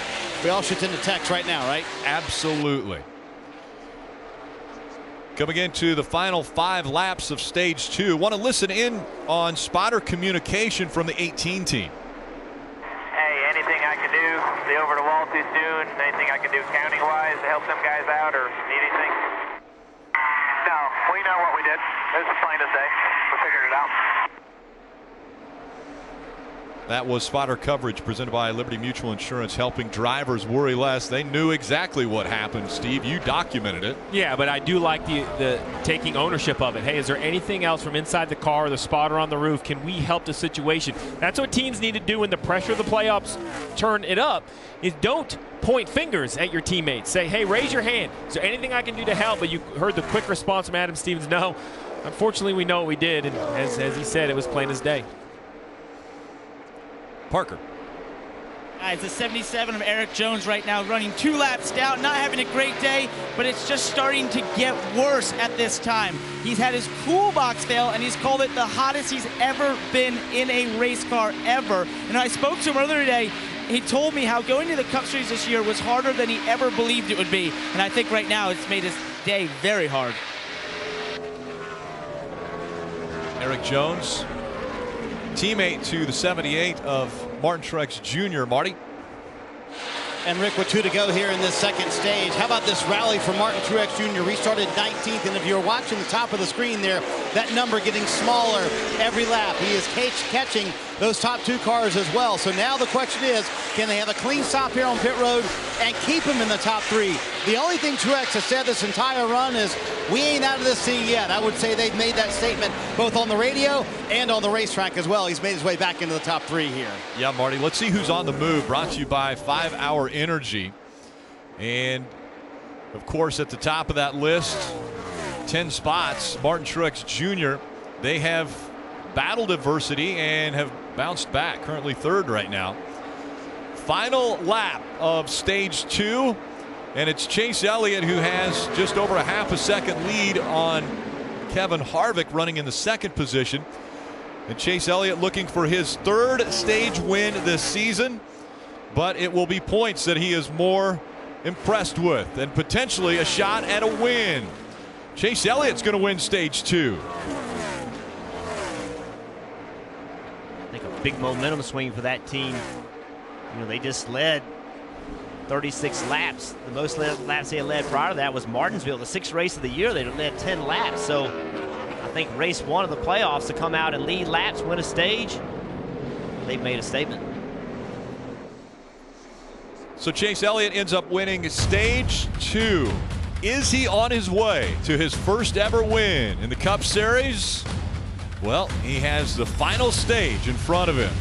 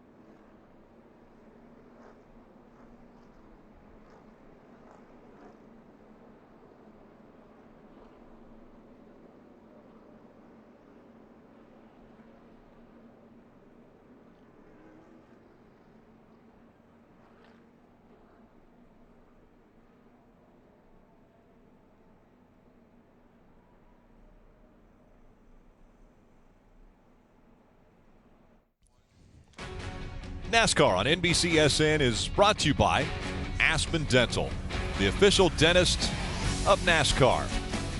And delighted race fans got a chance to do the driving this week at a pop-up go-kart track in downtown Chicago. Danica Patrick revved it up for racers to navigate the track and inspire fans everywhere to overcome their fear and get started with the official dentist of NASCAR, Aspen Dental.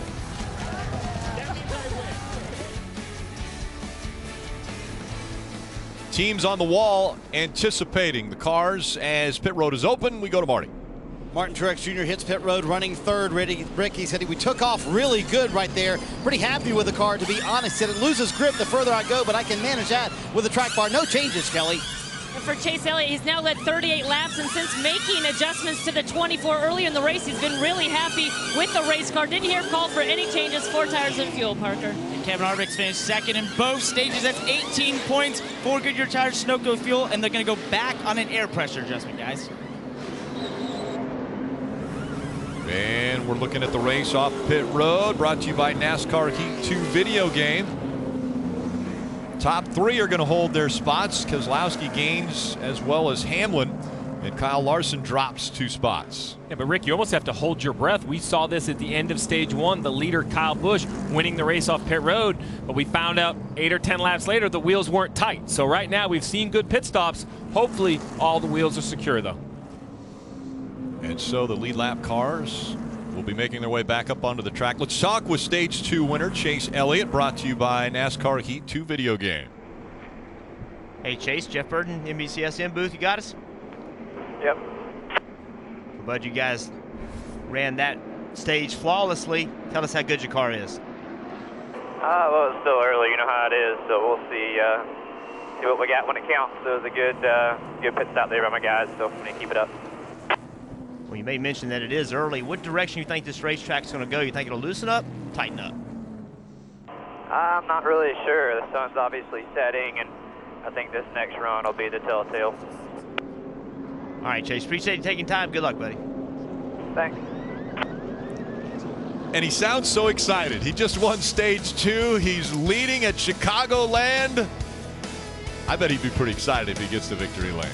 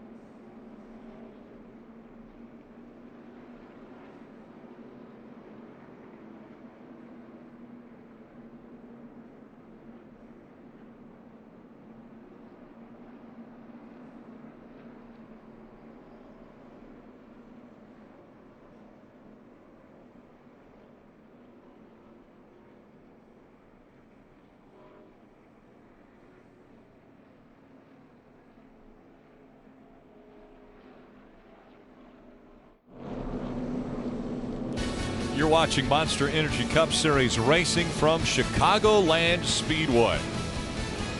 NASCAR Race View gives you access to features that let you follow your favorite driver just like you're at the track. Get live stats, leaderboards, driver, team communications, and more on any device. Get Race View for the entire playoffs for only $9.99 when you visit NASCAR.com/raceview today. Let's check in with Rutledge Wood.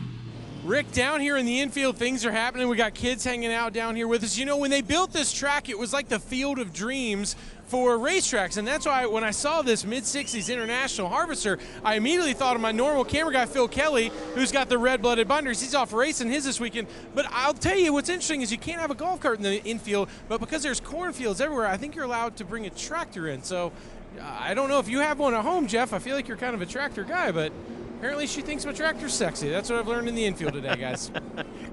I didn't bring my tractor. I left it at home. A lot of nice farm country around the Chicago area. As we look at the points that have been earned already today through the first 2 stages, there were 20 points available. And you look at some of these drivers, Kevin Harvick, Chase Elliott, earning 18 already. Yeah, well, you can see Kevin Harvick, 18 points. Chase Elliott, 18 points. Both of those guys, we know what they did. They won stages, ran well in the stages, rather. And then look who didn't get points. Austin Dillon, Casey Kane, Ryan Newman. These are guys we talked about. Ricky Stenhouse Jr. They can't afford bad races. And in round 1, they've already started with bad races. They do not have the speed so far this year to recover.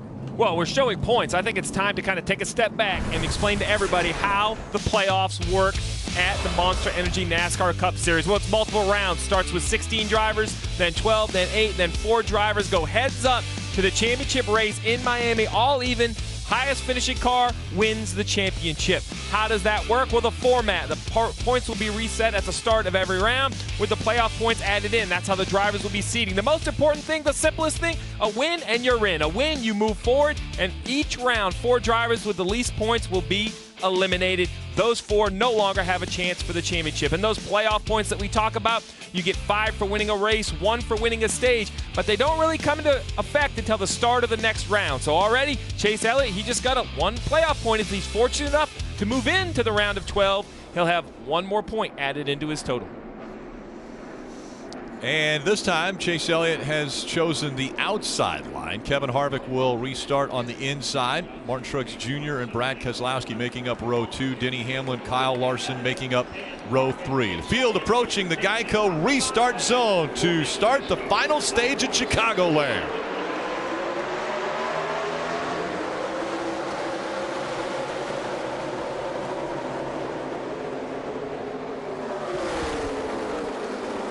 Chase didn't get a good push from the 2 of Brad Keselowski, and so the 4 of Kevin Harvick has surged once again to the lead.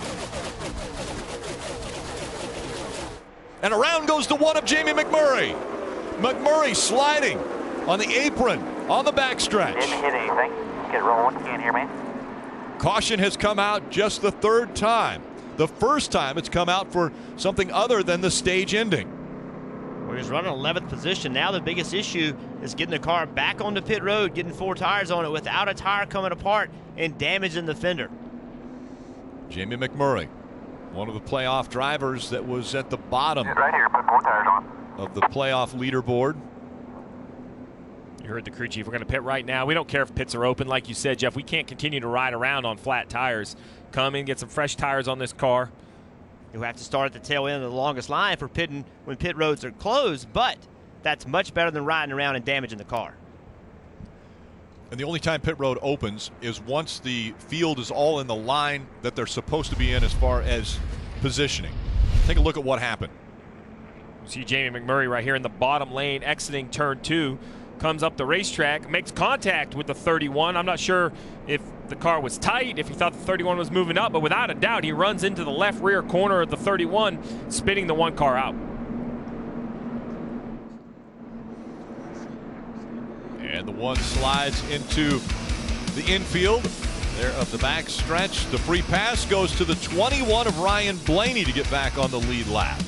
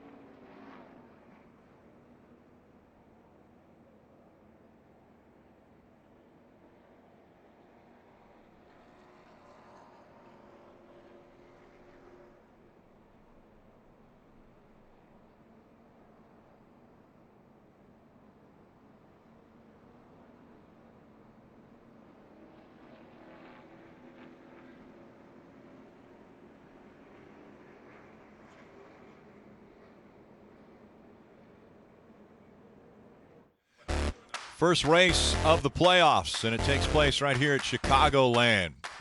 Stage 1 winner, Kyle Busch, goes out and dominates the first part of the race. Then it was Chase Elliott who was able to take stage 2. Who will win stage 3?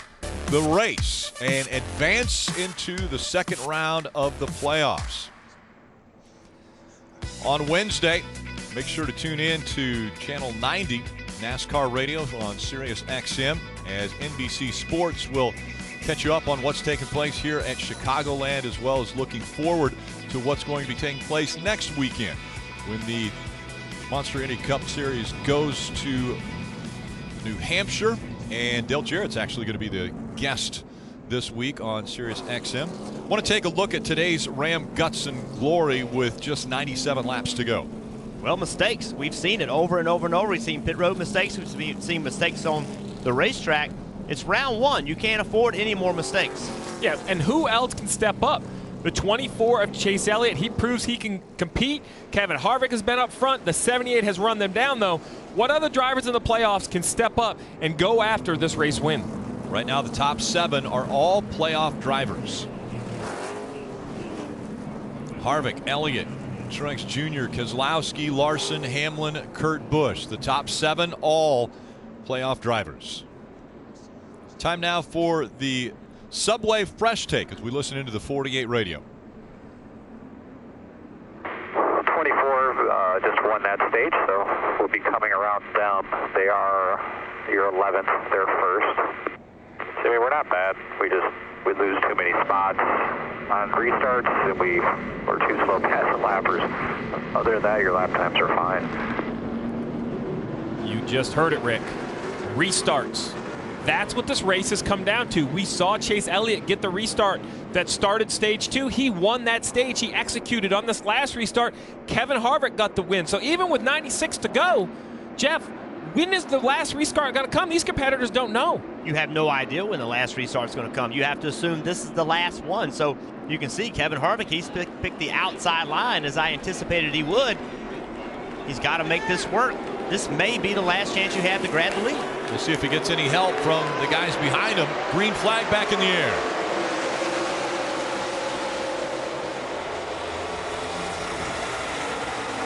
'78 of Truex Jr. giving the 24 a shove. The 2 was able to help out the 4, and the 4 checks out already. Now Chase Elliott's going to have a really difficult time keeping that 2 car behind him.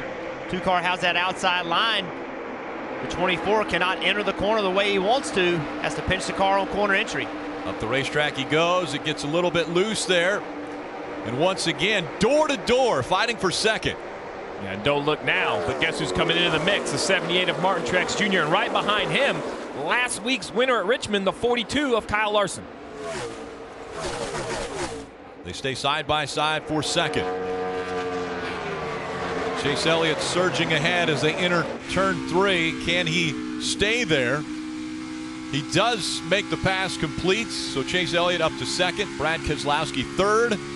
As you mentioned, Truex Jr. right there in fourth.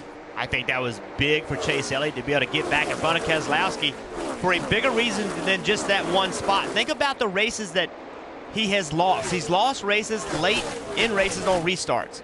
He's just had 2 restarts. He had the lead, lost the lead. He did not have a good restart right then, but was able to battle Keselowski, get that second spot.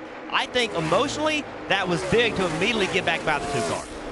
Well, and I talked to crew chief Alan Gustafson about these restarts, and I said, do you think it's gotten into his head at all? And he said, no, not really. I think that we've really made a lot of improvements, but as Alan said, he said, it's really those aggressive drivers. He even called them arrogant. Some of those arrogant and greedy drivers that really tend to do well on restarts. Chase doesn't have an arrogant bone in his body. Alan would actually like to see a little more of it out of his driver. Hey, meanwhile, we should check in on the 34 of Landon Cassill. He's been in on a bit of a different strategy, and it's played out. He took the wave around at the end of stage 2, and then the caution for Jamie Mcmurray timed out perfectly for him. If you don't follow him on Twitter, you should. He's hysterical, and it was because of a Twitter challenge that he was the official greeter here at Chicagoland today, so he was standing at the front gate letting guests in. Landon Cassill not only on a good strategy, but also says he has a fast race car today. And he's on the lead lap right now, running 15th, Landon Cassill. And there's only 16 cars on the lead lap. That's how blistering the pace has been. Kevin Harvick out in front. Chase Elliott running second. Truex Jr., Brad Keselowski, Kurt Busch are the top 5. Denny Hamlin, Kyle Larson, Joey Logano, Jimmie Johnson, Daniel Suarez, the top 10. Well, you talk about the top 10, Rick. Well, currently 8 drivers in the top 10 are playoff drivers, one of them being the 7-time champ, Jimmie Johnson. You heard the pep talk. I'll call it a pep talk. That's a Chad Canals pep talk of, hey, we just need to find something on these restarts. Well, he gained 1 spot up to the 9th position. I'm hoping, or I know they were hoping for more, but think about it. Today's his birthday. What's better than perhaps a win on your birthday? But he's looking better already than the last time he raced on his birthday back in 2006, 39th. So he's already looking better than that. He's never won here either. So winning on your birthday at a racetrack where you've never won, just perfect. That would be ideal and advancing into the round of 12. Yeah, and think about his day. He's been 11th in both stages. So when we talk about the points available, he has missed out both times. The pep talk, hey, your teammate won that stage, you finished 11th. That was the pep talk. That's all that is all that needed to be said between crew chief and driver. You know, we hear those two. You know, it's not much, you know, compassion. Like, you know, they're hard on each other. They don't mince words. They're here to do a job. They're here to do business. They're here to win an 8th championship, break history, and that's how they treat it. You know, it's not fun, right? It's business, and that's how they work.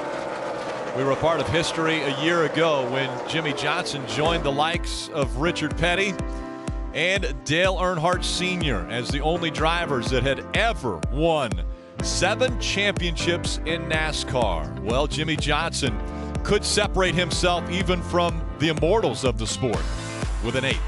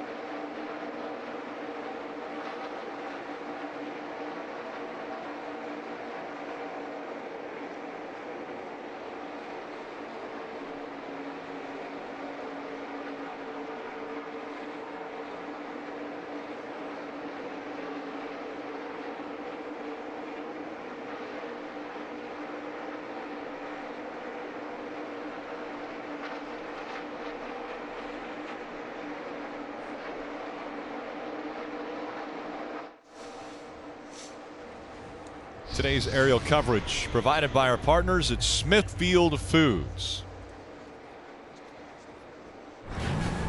Make sure to tune in weekdays at 5 o'clock for NASCAR America here on NBCSN. Coming up this week, what a great lineup. On Tuesday, Tony Stewart will be in the Stamford studio, and always entertaining when Smoke is on set. Then on Wednesday, Erik Jones, he'll be in the Hall of Fame. So make sure to tune in again all week, 5 o'clock, NASCAR America. Still out front, Kevin Harvick has an advantage over Martin Truex Jr. of 0.8 of a second. And pretty good battle building here between the 42 and 41, Marty. And Kurt Busch is now in the 6th position. A moment ago, he was in 5th, and he's falling back even a little bit further now, telling the team he has a vibration, and it's actually getting a little bit worse. Also been a busy few minutes. Matt Kenseth radioed to his team and said, I hit the wall a few minutes ago. So for some of these playoff teams, a lot happening here in this stage, Rick. It has been a very eventful day already for playoff teams and non-playoff teams. A lot of speeding penalties, commitment line problems with the crews, but Martin Truex Jr. has been able to battle through that and now trying to challenge for the lead here again. Down to the bottom of the racetrack, Martin Truex Jr. After a speeding penalty on pit road, now fighting for the lead. See how much faster he was than Kevin Harvick through the middle of the corner, and I don't think any of us should be surprised. The 78 car, Martin Truex Jr. They've had it all year. But now the execution. 78 laps to go. Speed hasn't been an issue for the 78. It's been somehow getting these winning cars to the start-finish line and taking the checkered flag. Sometimes it's been an ill-timed caution, slower pit stops. Different things have happened. With 77 to go, Marty, he looks like he has the best car, but there's still a lot of racing left. And Steve, would you believe if I told you Cole Pearn's concern today were the longer runs? In practice yesterday, they were really good on the short runs. He said, that never happens to us. He said, I don't know what was going on. And it's funny, you know, everybody talked about this point bank that the 78 had coming into the playoffs, Jeff. I asked Martin about that. He said, we're not going to change who we are. We're not all of a sudden going to get conservative. We're still going to be aggressive, try and get these stage wins, try and collect as many points as we can. Right now, he's the leader. He's plus 50 over the 42 car, but I think that's a good point by Martin. You can't really change who you are in the playoffs, can you, Jeff? You got to stick with what you've done the entire regular season. Well, Marty, especially when the advantage you've created for yourself is because you have a faster race car than everybody else. You definitely don't want to change that. They haven't tricked their way into this advantage. They've done it by having faster race cars. They've won stages. They've won races with the fastest race car. What they need to do, like Steve just said, is just find a way to win more races with the race cars that are typically faster than everyone else's. And here comes the 24 again. Chase Elliott trying to take the spot away from Kevin Harvick. That's a battle for second. And searching around the track for grip. Now Chase Elliott goes the high line. Let's see if he can make that momentum work for his car. And Kevin Harvick almost shutting the door on him, but Chase Elliott's going to make the pass on the high side. Well, and this final stage of this race is going to set up differently, Rick. Remember, stage 1 and stage 2 are both 80 laps. Everybody split it up in the middle as you see a wiggle out of the 4 of Kevin Harvick. A nice save there. So they had to run about 40 laps on each set of tires. Well, this final stage, 107 laps. Well, with that quick yellow, let's just say 100. They need to go about 100 laps on tires. So now instead of 40 on each set, these cars are going to have to go 50. We have seen in races of the past, Parker, that extra 10 laps on both sets could definitely change the handling of these cars.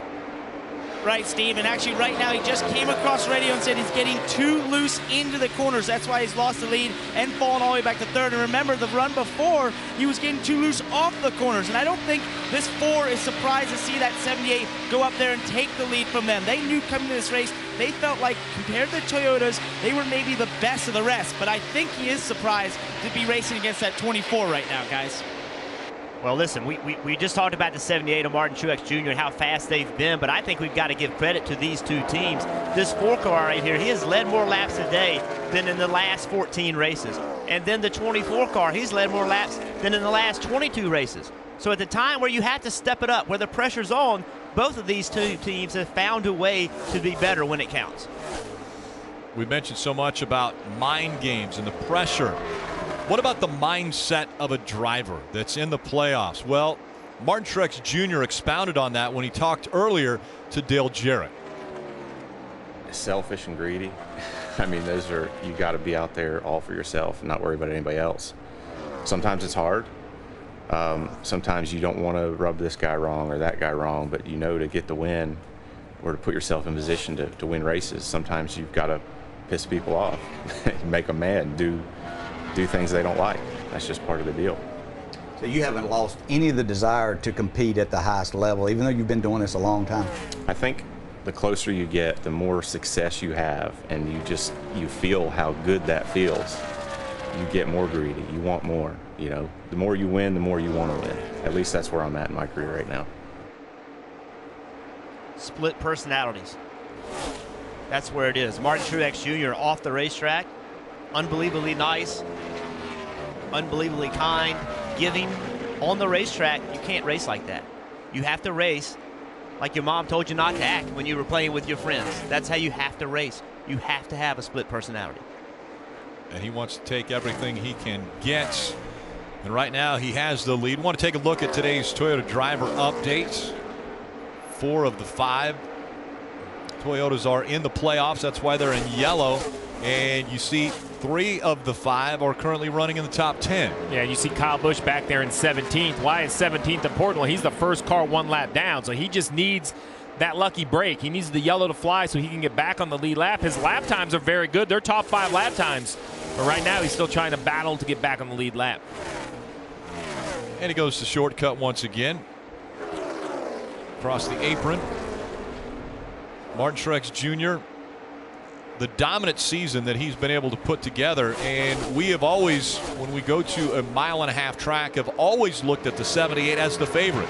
No matter what location that 1.5-mile track is in, it has always been the 78 of Martin Truex Jr. that has risen to the occasion and has been very strong, like he is once again here. Marty?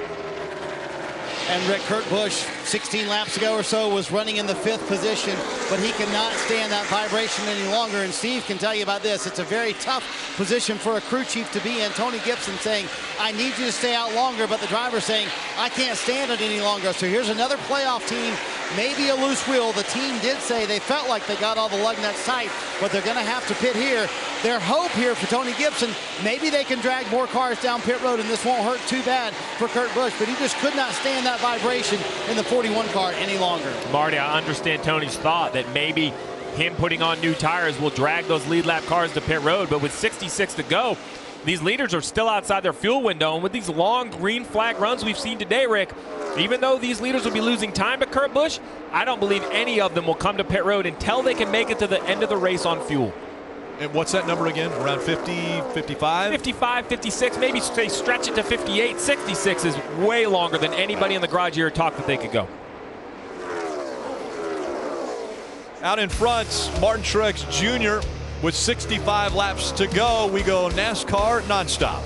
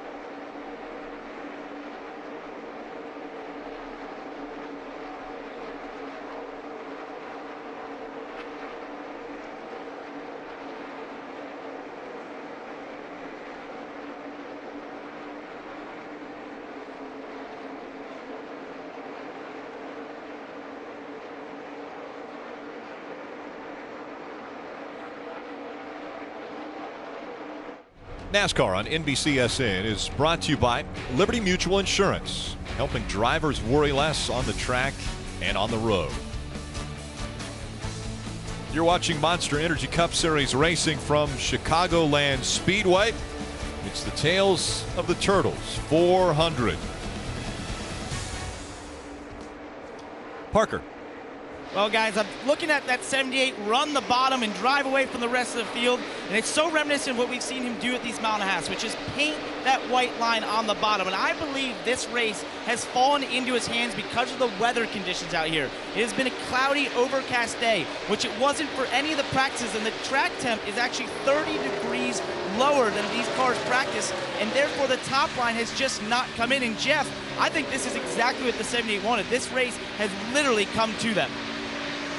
You know, Parker, the 78 car, they just seem to find a way in about every situation. But I do Jeff, think the 77 is spun off turn 4 here. He's down into the grass. Here, sorry to interrupt. No. This caution right here is definitely going to change things up because, as you were talking about, that 78 was up to a 3-second lead. Erik Jones goes around, and that brings out the 4th caution of the afternoon. The 41 had come to pit road, and so Kurt Busch was battling with some issues. They had speeding. Let's hear from Marty. Yeah, Rick, when they came down to fix that vibration that he had, he got caught for speeding. Same section everybody's been caught in today. Section 14, 50.06 miles an hour, so barely over the speed limit. You see Erik Jones coming to pit road, and now Kurt saying once he went back out, he still has that vibration, so maybe bigger issues for the 41, another playoff player. You see the repairs happening with the 7-7 of Erik Jones. Well, here's what happened on the racetrack. Right side of your screen, he's already very sideways, obviously lost control by himself. There's no one else in the picture. Goes for the big slide. Does a nice job of not getting into the outside wall, but still some heavy damage to the quarter panels with those flat tires. You can see the right rear tire blew right there, and then as he was coming back to pit road, it damaged the right rear quarter panel. Now they're having to work on it. But small things in a race, Rick, that you don't pay attention to, don't notice, but just a few laps ago, Martin Truex Jr. passed Landon Cassill and Paul Menard. Prior to that, Kyle Busch was the first car 1 lap down. If this caution comes out 4 laps ago, Kyle Busch is getting back in the lead lap. Small things that you don't see have a huge bearing on what happens in these races. Yeah, and he's one of the fastest, and we're talking about Kyle Busch. He's one of the fastest cars on the track this weekend. So if you got him, or if you let him back onto the lead lap, definitely would be in contention for this race. And don't think for a minute that Martin Truex Jr. and his team didn't know that. It is best served for them to go catch Landon Cassill, put him a lap down to take Kyle Busch, one of the contenders for the championship, out of having an opportunity to get that lap back. It has been a very interesting race already with still 56 laps to go. Tonight on NBCSN, the championship will be decided in the season finale of the Rise in IndyCar Series. It's the Grand Prix of Sonoma. That coverage beginning at 6:30 p.m. Eastern. And Joseph Newgarden won the pole for tonight's race. He has a 4-point lead over Scott Dixon. Still 7 drivers mathematically with a shot at the championship. Very interesting thing in this race is that this is double points. They give double points for the last race of the year, so you can make up some ground. And Newgarden is trying to hold off a bunch of Sonoma winners. Scott Dixon in second. He's a 4-time champ and a 3-time Sonoma winner. Marty. And Rick, what was maybe most impressive about qualifying in Sonoma for the Indy cars real quick, everyone in that Fast 6 had sticker tires except for Joseph Newgarden, the championship leader, and he won the pole on older tires. So a very impressive run by Joseph Newgarden. That's 1 extra championship point in the IndyCar Series. So going to be a fun championship battle tonight. Getting ready for pit stops here. Race number 1 of the playoffs in Chicagoland. Martin Truex Jr., the leader, said, I love the way the car took off. And he said it held on very well. I can manage everything I need inside the car with a track bar. So he's going to do that. No changes for the second straight stop for the 78. 4 Goodyear tires.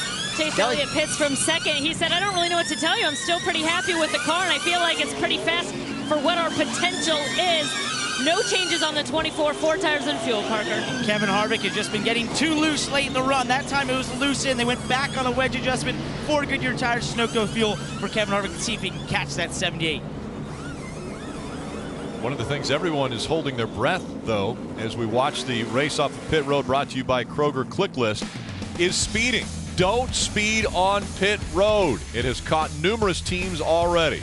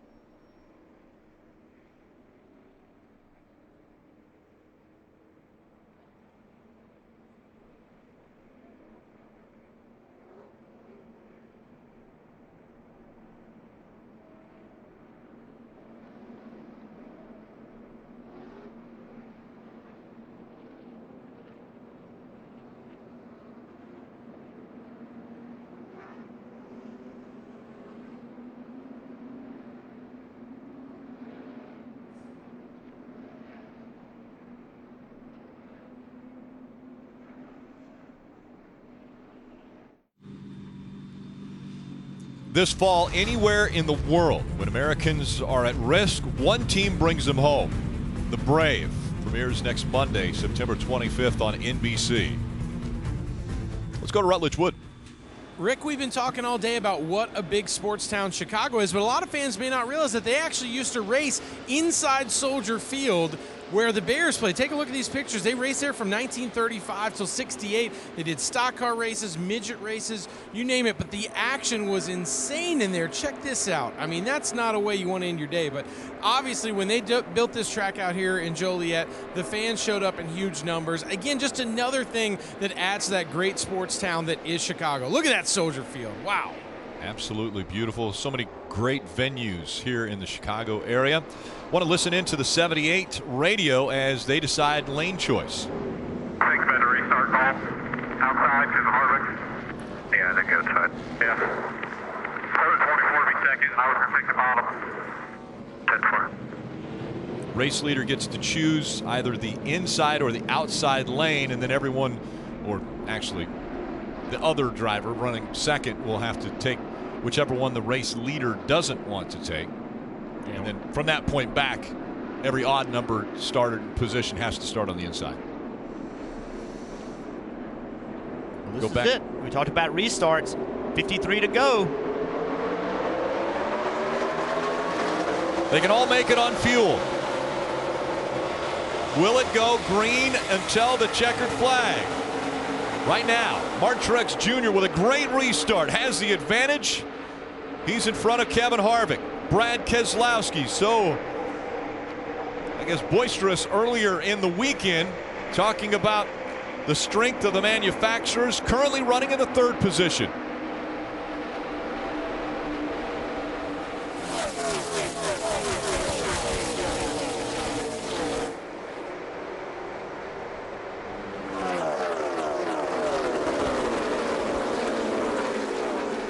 You mentioned it, Rick, 51 to go, so all of these playoff cars now know they can make it on fuel, but if a caution comes out, they're going to want some fresh tires. But, Jeff, we've seen this all day long. Daniel Suarez right there racing Ryan Blaney. Is there an etiquette? What do the non-playoff cars expect to do? Remember, playoff and non-playoff cars both on the racetrack. Also, Clint Boyer, we see Joey Logano up there, but listen, you have every right to the racetrack as they do. You've earned the right to be here and race. You don't want to be involved in an incident with a playoff guy, but at the same time, you have the duty to go out and do the best you can for you and your team. It's your racetrack just as much as it is theirs. Currently 15 cars on the lead lap. And not on the lead lap, drivers like Austin Dillon, Kyle Busch, Kurt Busch, Ryan Newman, Ricky Stenhouse Jr., and Kasey Kahne. And look at the 18 of Kyle Busch climb the hill. Why is this important? They are all fighting for that free pass position. Currently, the 88 of Dale Earnhardt Jr. holds it. Behind him, Austin Dillon. Behind him, the 18 of Kyle Busch and the 10 of Danica Patrick. This is the toughest race on the racetrack currently. They know as the laps close down, a yellow could change the course of their entire day if they're fortunate enough to get their lap back. Of course, last time, Steve, the leader got back around to a couple more cars and put cars laps down between Kyle. He was in that free pass position while we see the 24 going for position number 3. And then he lost it. So this is a huge battle for Kyle. He had raced his way into the top 10 in cars even though he wasn't in that position. So the car is still fast. Car is fast, but the problem he has right now is you see him clear Danica Patrick. He still has the 3 of Austin Dillon and the 88 of Dale Earnhardt Jr. in front of him. He's going to have to get by them if he wants to be into the free pass position. Take another look at the run Kyle Busch has made here. He started free, getting into turn 3. He saw the 3 car of Austin Dillon, knowing that was the opportunity to get back in the lead lap or put himself in position to get back in the lead lap, and just overdrove the entry a little bit. Had to chase it up the racetrack. Very loose. But his race right now and the intensity in that car is every bit as if that's for the race win, because that's your day. That's your opportunity to get your lap back.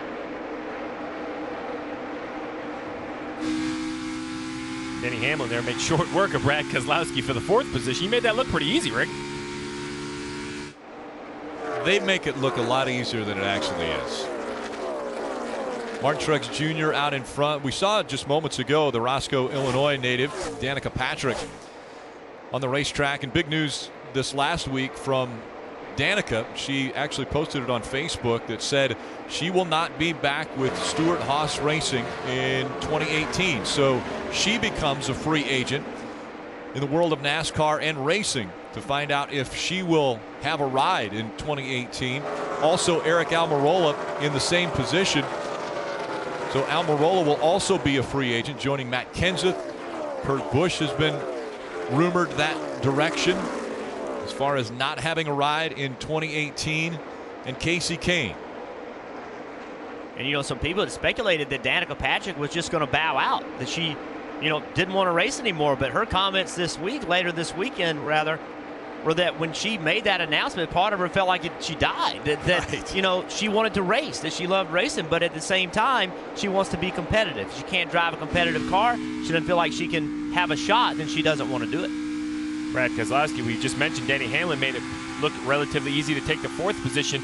Well, now he's under pressure from the 42 of Kyle Larson. Really surprising. I had the 42 in my mind going to run a little bit better today. While he hasn't been bad at all, he's been inside the top 10 all day. Just been kind of a quiet day. Now, that's absolutely fine in his points position. That's all he needs to do to move forward in the playoffs, and maybe that's their strategy, but we have yet to see the 42 get up there and lead any laps. A lot of drivers taking different strategies into these playoffs because of the fact there are 60 points per race that are available. Kevin Harvick mentioned, I need to make points up. I need to get points. I know that's the way you advance. As long as you're not the bottom 4 in points after the 3rd race, you will advance to the next round. Get a few updates. We start with Marty in the 78 team. Take you through the field, starting with Martin Truex Jr., the leader of the race. I love what he told Dale Jarrett earlier. You got to be selfish and greedy in the playoffs. So far this year, Martin Truex Jr. has won half of the mile-and-a-half track, trying to be greedy today and make it 4 for 7 on the year, Parker. Yeah, but don't count out the guy chasing him, Kevin Harvick, in that 4 car. In most of the runs today, his car has been best about 25 laps in the run. So I'll be watching to see if he can start to make inroads at 78, Kelly.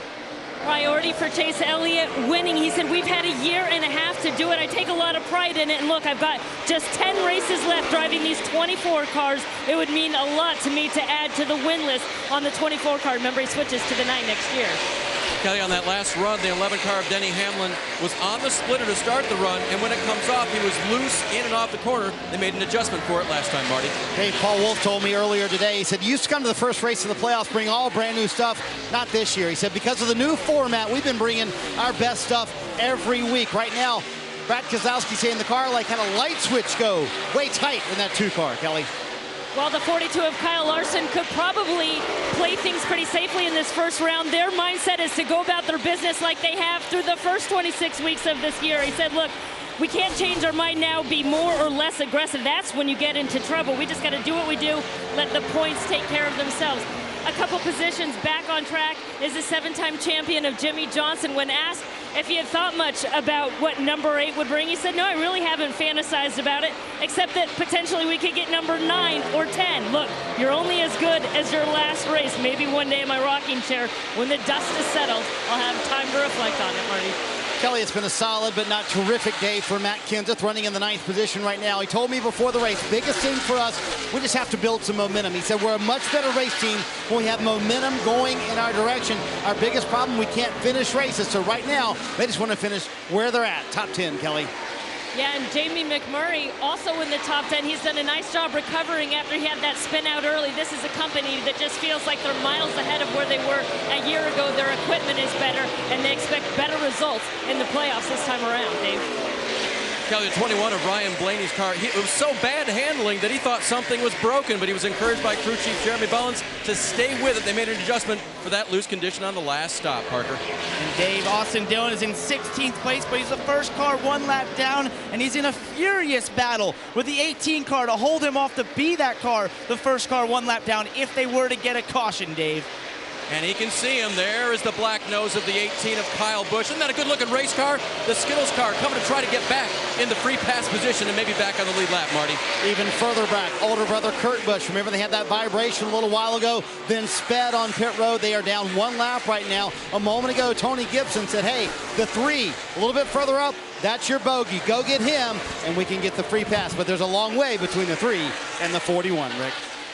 Absolutely. And Kyle Busch getting back on the lead lap would be huge. But for Kyle Busch to get back on the lead lap, not only does he have to get by the 3 first, but a caution would have to come out before Martin Truex Jr. puts another car a lap down. Yeah, and that is a concern. Landon Cassill, having a remarkable run in the 15th position, is only maybe 25 or 30 car lengths ahead of the race leader. Yeah, I've been watching this battle. Kyle Busch is able to close ground on Austin Dillon, but when he gets close to him, he just can't do anything with him. He loses the downforce on his race car, and he has had his hands full. He's chasing up the racetrack 3 or 4 times. This battle is intense. I can promise you, as intense it is in that 18 car, it's every bit that intense in that 3 car as well. Martin Truex Jr. looking to start the playoffs off with a big win at Chicagoland Speedway. He's 35 laps away.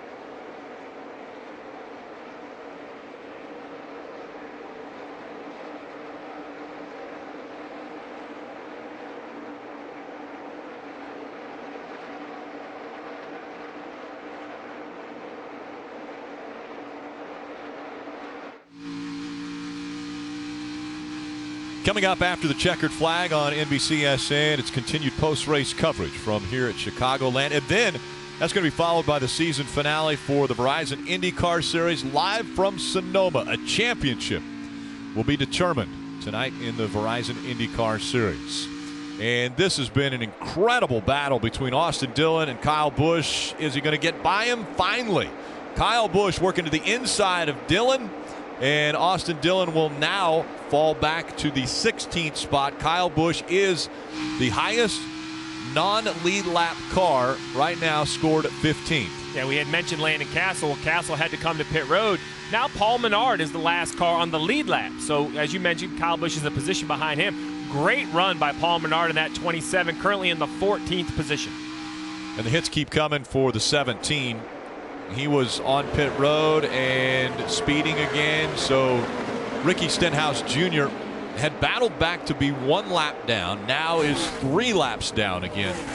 His day just keeps getting worse. And one of those teams that just can't afford mistakes. They knew it coming in. They knew they did not have the speed to have mistakes, and they just keep making them. And what's ironic about that, the decision to pit early in the race was out of caution. It was, hey, let's don't let this race get out of control. It's pit, make sure we don't blow a tire, and then the penalty, and then a series of penalties. 17 just served its penalty, its pass-through penalty on pit road, making its way back out onto the track while we watch the 2 and 42. And now the 42 of Kyle Larson trying to get by Brad Keselowski for the 5th spot.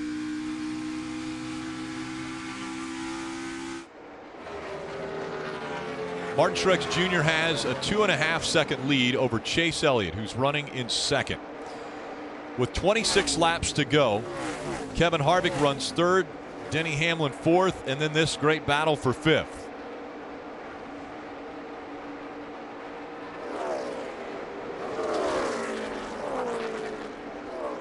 Are you surprised to see the 42 of Larson go to the top of the racetrack? Seems to do that a lot. Marty. And Joey Meyer keeping Brad Keselowski update as to where the 42 goes. That time he shoots to the bottom. Looks like he'll get that spot. We told you a moment ago, Keselowski said it's like a light switch went off. Car way too free. But he told Paul Wolfe the adjustments you made last time took half of that freeness out. But obviously still trying to hang on to it. Too free still for Brad Keselowski, Rick. And he's fallen back a spot. What does that mean? Well, it's 1 point less that he's going to be able to earn if that's where he finishes. And every point matters. Every point is important for these playoff drivers as they look to advance into the round of 12. And Rick, with 24 laps to go, now the important communication between driver and crew chief needs to be, what do you need in your race car for a short run? We've seen so many long runs today, but if a caution was to fly, we're looking at a green flag run less than 20 laps. So the handling characteristics can be different. The adjustments may need to be different. That's the information these crew chiefs are asking for as the race winds down. 32 lap tires. Most of the drivers on the lead lap came to pit road on lap 212 and already completed 244 laps now. Well, Rick, we've talked about penalties. It has not been the smoothest day for the 78. Remember, on lap 40, they were caught speeding. Fortunately for the 78, they were so close to the leaders that they were able to save a lap. They didn't go a lap down. Then at the end of the first stage, they had to pit twice. They thought they were missing some lug nuts, started all the way at the rear of the field, drove themselves all the way up inside the top 5, executed well on pit road, and now all the way back up to lead the race. And Steve, you know how drivers think. Jeff, correct? You don't think about the ones you won, you think about the ones that got away, right? And Martin Truex Jr. this weekend, very quick to point out, the last 2 races, we've been leading with 5 laps to go. You think about Darlington, they had a flat tire, not able to win that race after leading with 5 to go. Richmond leading and dominating the race with 5 to go. They got in a wreck late in the race. So Truex came into the weekend thinking more about the 10 points that got away and the 2 wins that didn't happen over the last 2 weeks, trying to score those 5 points today. I don't know why you drivers, Jeff, always think about the ones you didn't win instead of the ones you did win. And this is so hard to win. Absolutely. You guys have talked about that so much. But as we look at the steering wheel here for Martin Truex Jr., I want to point out this one is teal and gold, and that is on purpose. There are actually 28 wheels out here on the 40 cars that look this very same, and it's for the Martin Truex Jr. Foundation. They're raising money this month. Ovarian cancer. Sherry Pollux is a long-time a girlfriend of Martin Truex Jr. She has suffered from ovarian cancer. There she is on the right. And the pediatric cancer research for the gold is this month of September. And so the awareness is being brought there. At the end of the month, they will auction the steering wheels off and raise money for the Martin Truex Jr. Foundation. And they will keep Sherry Strong going. And it has been a really life-altering foundation that Martin and Sherry have worked on ever since they've been together, and Sherry was diagnosed with ovarian cancer. Martin Truex Jr. has really brought a lot of bright spots into their life with the wins and the success that he's had behind the wheel of this 78. But big disappointment last week. Marty just talked about it. You always remember the races that you lost. Last week, they appeared to have Richmond wrapped up. A late race caution, 18 to go. Martin Truex cruising. The 15 car getting in the wall. NASCAR threw the caution. They didn't like that caution, but the fact of the matter is they came in, got beat off pit road. The 42 ended up taking the race win away from them. Yeah, and then to make insult was even worse, the 11 gets into the rear bumper of the 78 right here. Heavy damage on the 78, which didn't matter for the points. He was still the regular season champ. They talked afterwards, but not only a chance to not win the race, but also an accident. And, you know, look at the faces. That's them getting the award for being the regular season champion. They looked like they were getting a penalty. I mean, they were not happy to be there. And it's, Marty talked about it. You're furious when you lose a race. When you have an opportunity and it gets away from you. Leading Darlington. Coming to the white flag, leading Darlington, right front tire blows. I mean, 2 in a row. And Jeff, I asked him about that scowl after the Richmond race that we just showed there. He said that's called passion, and that's a good way to put it, right? Drivers get so upset when things don't go the way that they look all night like they're going to go a certain way. Very upset after that Richmond race, and deservedly so. Jeff, you were able to win 21 of these races, and I'm guessing that all of them were incredibly hard work, and you appreciated all of them.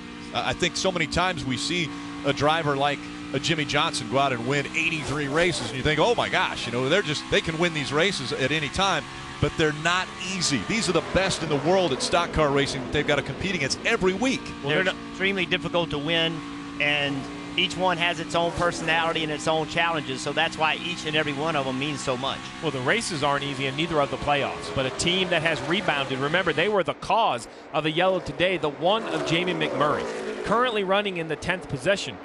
Was spinning earlier with flat tires, limped it to pit road, made repairs, has recovered, stayed on the lead lap.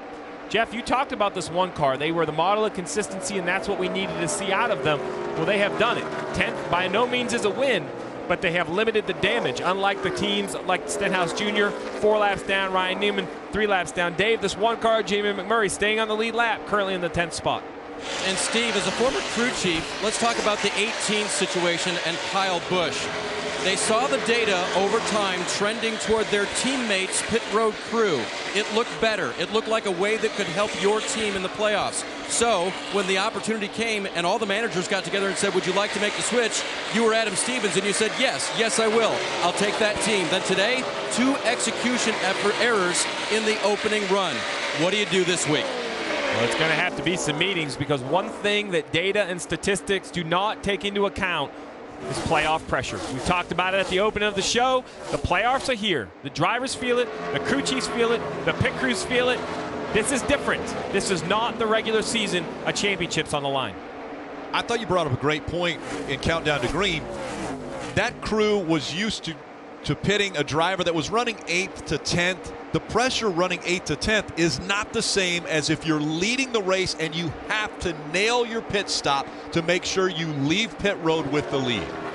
It's not the same, Rick. When you're the leader, all eyes are on you, and the mistake you make is going to be shown to everybody. Well, once again, Martin Truex Jr. has a chance to put another car a lap down. That would make Paul Menard the first car a lap down. So if he could do this, get Paul Menard a lap down, it eliminates the opportunity for Kyle Busch to get his lap back if the caution were to come out. Parker. Well, guys, if we watch that 78 go up there and try and lap that 27, I can't help but think back to Friday when we watched Kyle Busch sit on the pole for this race, 3/10 over second place, and how astonished we were with the massive gap he had over second place. And now we watch the 78 once again just be excellent, be the best there is right now, and find himself almost 5 seconds over second place. It's just incredible to watch what Martin Truex Jr. and this 78 team have done week after week. Yeah, and it's also been amazing to watch the 18 car. When they got down, you think with a car that fast that you'll get your lap back. Well, this almost exactly the same thing happened last year with Kevin Harvick. He had a very fast race car, got laps down, and just never could seem to get it back. Every time the caution came out, the leader had gotten in front of another car, and he never got himself to be the first car a lap down. So really the same kind of race for both Kevin Harvick last year and now Kyle Busch this year. And this is Kurt Busch that's about to go 3 laps down. So Kurt Busch in the 41 was 2 laps down, and now Martin Truex Jr. able to get by him again to go 3 laps down for the 41. And there's been problems with playoff teams. There have been difficulties, distractions, things that have happened for these playoff teams that we mentioned. You can't make mistakes and expect to either win the race or help your chances advance out of the first round. That's absolutely right. When you look at the points, Martin Truex Jr. labeled as the leader, a win and you're in. So this would be a guarantee for the round of 12. But look at the other end. Look at the 31 of Ryan Newman, the 17 of Ricky Stenhouse. We haven't said much about the 5 of Casey Kane, currently running in the 21st position. They haven't completely taken themselves out, still only single digits behind, but they also haven't helped their cause at all to advance out of the round of 16. Under 7 laps to go, Martin Truex Jr. out front. If he wins, you advance. One of the other things that come into play with the playoffs is if he wins more than 1 race, that means somebody else doesn't advance with the race win, so he can put more pressure on these teams that he's competing against in the playoffs. The other thing that can happen, if Martin Truex Jr. wins this race, we know he's advancing to the next round, period, end of story. But that allows him to change his strategy in the next 2 races in just getting points. He could use strategy just to steal stage points from other people. So, you know, once again, having a fast race car and executing is a huge advantage in this new point system. Yeah, you mentioned that new point system, that's 78.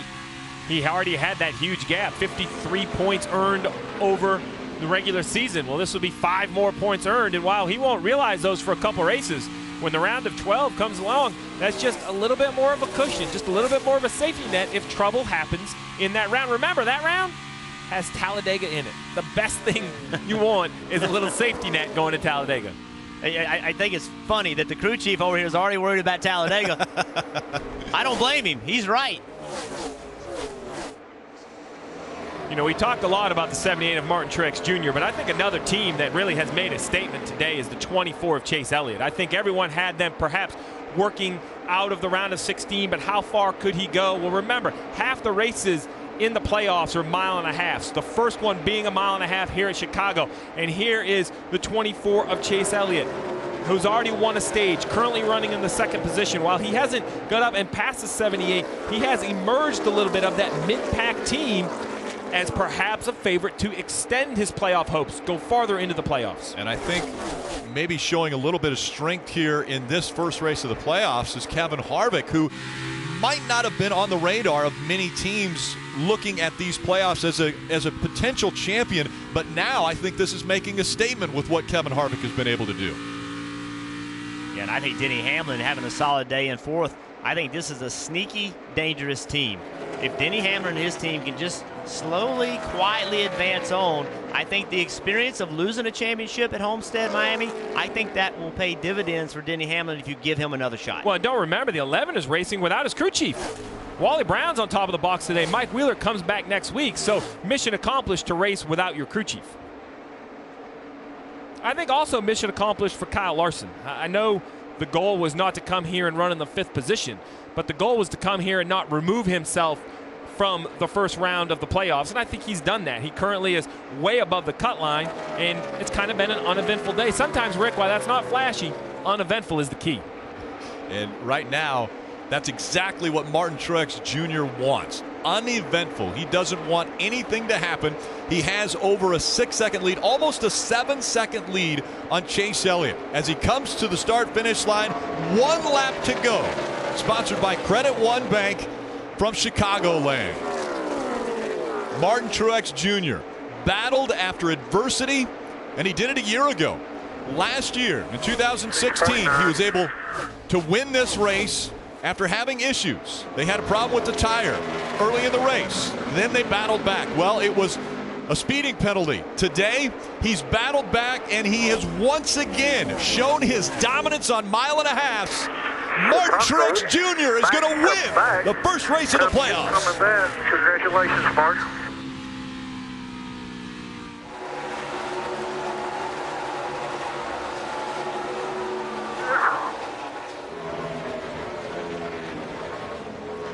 It took 4 times. It's unbelievable. Thank you, guys. You guys are the best, man. No doubt about it. Thank you. That is his 5th Monster Energy NASCAR Cup Series win of the season. It took him 4 times. Well, it took the team 4 times to go through tech inspection to get the car onto pit road. Once it cleared, it was clear that this was one of the best cars on the track today. Kyle Busch probably had the fastest car, but because of the problems on pit road, the 78 ends up getting the first win of the playoffs in 2017. This moment is presented by Sunoco, fueling victories all season long.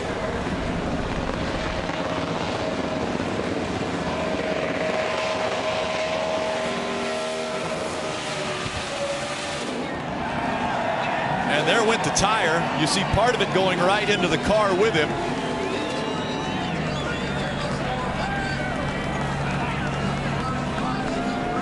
This has become a very familiar sight.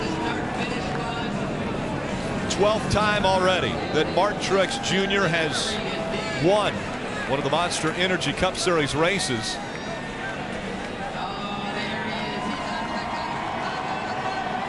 And from the disappointment of the ending in Richmond 1 week ago, it's the elation of locking himself into the round of 12 and a dominant performance. 77 laps led for Martin Truex Jr. today. Rutledge. Rick Martin Truex Jr. has climbed out of the car. Look how excited this guy is. Round number 1 after a crazy day. From a penalty on pit road for speeding loose lug nuts. Martin, you did it, bro. There's that. Oh, yeah! This is awesome, man. I'm so excited. You know, this is the playoffs. This is what it's all about. This team, my team's unbelievable. Thank all the fans for coming out. We love coming to Chicago. Just so proud of everybody. And you know, the speeding penalty, I was like, oh no, here we go again. After last year, we had to come from the back. But the car was amazing. We just kept our heads down and kept digging and fighting and just did what we always do, and here we are. The relief has to be huge after the car having trouble getting through tech. We know the last 2 weekends did not end the way that you wanted. To see that smile back, to know that you're already in the next round, how good does that feel? It feels great. I mean, it's the best feeling in the world. Just you know, not just the playoffs, but just winning races at this level and doing it the way we're doing it right now. And just blessed to be here. I've got the best team in the world. I love those guys, and I'm just glad I'm driving for them. I'm glad we're having success. This is just unbelievable. Take this microphone. What do you want to tell these fans? You guys rock! We'll see you in victory lane, buddy.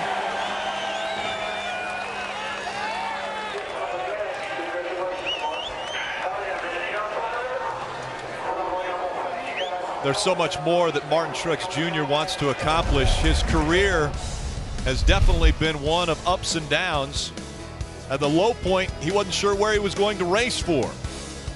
And now, he has definitely solidified himself as the leader for the championship this year.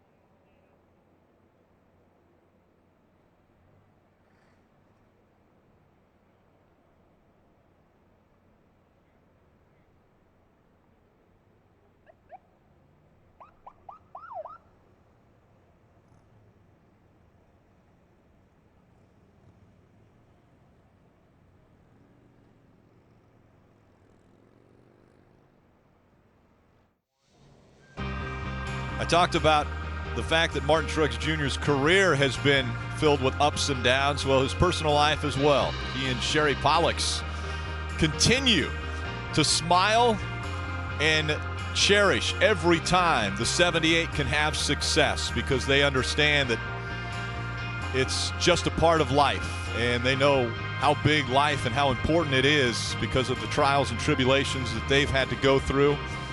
And you see the emotion already building up with Martin Truex Jr. as he's excited about this first win of the playoffs, and look at the smile on his face. What an incredible story and journey Martin Truex Jr. has been on as he's made it back to victory lane again. Marty. And Rick, they have showed such dominance at these mile-and-a-half racetracks. We have seen teams be able to dominate in the playoffs. Truex sending a statement here in race number 1 of the 2017 playoffs that we are going to be the ones to beat for the championship in 2017. Sherry here. Sherry was actually shooting a video as Martin came into victory lane. She wants to capture this moment as well, and Truex ready to get out and celebrate with his team like this.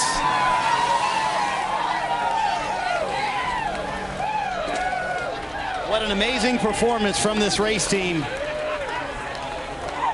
And a hug for from Cole Pearn. What sort of statement was this today by this race team, Martin? I don't know. I mean, I don't really care a whole lot about statements. I'm just having fun. I'm proud of this group, and I'm proud of our pit crew for doing what they did, and just everybody on this team. You know, it's important to come here, not let the pressure get to you. And I think we did a good job of that. But just anytime you go to victory lane, it's special, and just so many people to thank. You know, I'm kind of speechless, but Barney and Joe and TRD, Toyota, everybody at Costa Mesa building excellent engines, TRD, Salisbury, Furniture Row, Denver Mattress, Bass Pro, Tracker Boats, Auto Owners, 5 Hour, Wix, Garmin, Textron Aviation. I think I got all of them, but just everybody, thank you so much. This is a dream come true. We're having the time of our lives, and on to the next round. On the professional level, it's a win in the playoffs. On the personal level, it's a win in September. So I want to know what an inspiration this young lady has been to you, Sherry, your girlfriend. I can't even tell you how much better. I'm a lot better driver these days because of her and what she's been through and what she taught me. And we've learned a lot about life together. And we continue to face every challenge head on, not scared. We get after it, and we live every day like just like we want to, and we have fun. So I'm very proud of her, and very proud to have the teal and gold wheel in the race car, and thankful for the other 28 guys that have done it this month as well. So just thankful for all that and everybody who makes this possible. I know, Sherry, it's always emotional for you, but to get a win in September with your steering wheel in the car, it's got to be even an extra emotional. Again, this is the second time. Last time we got $100,000 for that wheel, so it'd be awesome to get that again. But yeah, to be able to create awareness through our foundation for ovarian and pediatric cancer is amazing for both of us, and we're so honored that all the rest of the garage decided to run our wheels too. It's been a really cool month for us, and we're going to continue to be an advocate for those kids and those women that, like me, that are fighting. You can go to nas.cr/auctions to bid on the wheel too. So it's impressive that you reeled that off. I think the amazing thing is, Sherry, you're going through treatment right now, and folks may not know that. Yeah, I had treatment a couple weeks ago, and I did really good. So I've got 4 more rounds, so we'll see how this goes, and I'll keep fighting for all the other women out there like me that are battling this disease. If you need inspiration, Martin is standing right beside you. She reminds me every day. Every time I have a bad day, it's not so bad. So thanks for that. There you go, Martin. It works out pretty good. It has worked out pretty good. Martin Truex Jr., Sherry Pollux, an amazing story for these guys. Win number 1 in the playoffs, and back-to-back years, they get the win here at Chicagoland. That's the way to start the playoffs, isn't it, Rick? And it absolutely puts things in perspective as Martin Truex Jr. gets slimed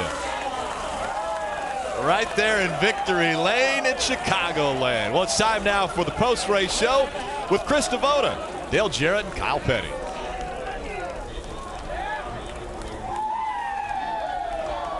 I'm just glad you're not there. I'm glad you're not in victory lane this time, Krista. And then came over here. In that. What a special story. A win on the racetrack, as you just heard from Martin Truex, but a win in life for him and his longtime girlfriend, Sherry Pollux. He's got climbed out of the car, and Rutledge said, "What do you have to say to the fans?" And he said, "You guys rock." Well, right now, Martin Truex is on a roll right into the second round of the playoffs. He knows he's advancing. Coming up on the post-race show, yes, Martin will join us. It looks like he'll be a little green, but he will be here. We'll also hear from some other playoff drivers. Great day for Chase Elliott. Kyle Busch, what an interesting day for him. We'll discuss that. And Kevin Harvick found some momentum today as well. So we are going to hear from a lot of those playoff drivers. In fact, the top 11, 10 of the top 11 were playoff drivers. Joey Logano also putting himself in there. But yeah, I mean, Truex really just continuing what he had done, Dale, in the regular season. The guy is leading basically every category, and he does what he did last year and wins at Chicagoland. Yeah, they can't even put themselves behind and feel like that they're in a hole, because they knew that there was plenty of time. They had the car to do it all. So let's take a look at his day. They had trouble getting through inspection, KP. The first time had to go through 4 times. 4 times, and that'll hurt them next week during practice. Yeah. But look, they've got a win under their belt now. But when we've seen other teams have this issue all year long, this is one of the processes that NASCAR goes through to make sure that everyone's where they need to be. And then some trouble on pit road as well. So they had drama before the race even started, and then it didn't start well for them with issues like this. No, we had a speeding penalty that put them to the rear. Then they came back later and had an issue with not getting all the lugs tight on the right rear. So just a number of things that continue to put them behind. You know, you look at situations like this. The best thing that happened here is he was up front. When he did his pass-through penalty, he did not didn't go a lap down, so that helped in that respect. Yeah, the big thing was, as Dale said, he was running up front. He was challenging, contending for the lead. He was up at the front, so when he had the penalty, had to pit, had to come in again, then he was not penalized as much as far as time on the racetrack. Well, there were a lot of cars with speed today. Kyle Busch, Kevin Harvick, but when Truex got back, and then here on this restart, it was smooth sailing from here. Yeah, and this has just been what they've been doing all year. Yeah, the restarts at times, especially the really late race restart, have given them more trouble. But on fresh tires and with a car like this, he knew all he had to do was get out front, and that allowed him to run the race that he really wanted to for the entire rest of the time. So that's 78 in victory lane. We have seen that now 5 times this year. He has had the most wins, most top 10s, most laps led, stage wins, playoff points. So we had said, too, it's not a surprise to see Martin Truex in victory lane, but after what we just saw, the way his day started, I mean, if they are not a championship caliber team before, when you fight back from adversity like that, they most certainly are a championship caliber team now. Yeah, and that's just shows everybody what they knew anyway. He was going to be one of the 12, so they know now there's 11 spots available. That was kind of a given anyway, but this certainly makes it official. So as he gets unslimed, I guess you will, in victory lane, Martin Truex, the winner here in Chicagoland, as NASCAR's playoffs start. But elsewhere, out in California, IndyCar's season is about to come to an end. Let's throw it over to Lee Diffie for a preview. This copyrighted telecast may not be reproduced, retransmitted, or used in any form without the authorized written consent of NASCAR Broadcasting. NASCAR would like to thank all of our fans for your support, and we hope you enjoyed today's broadcast.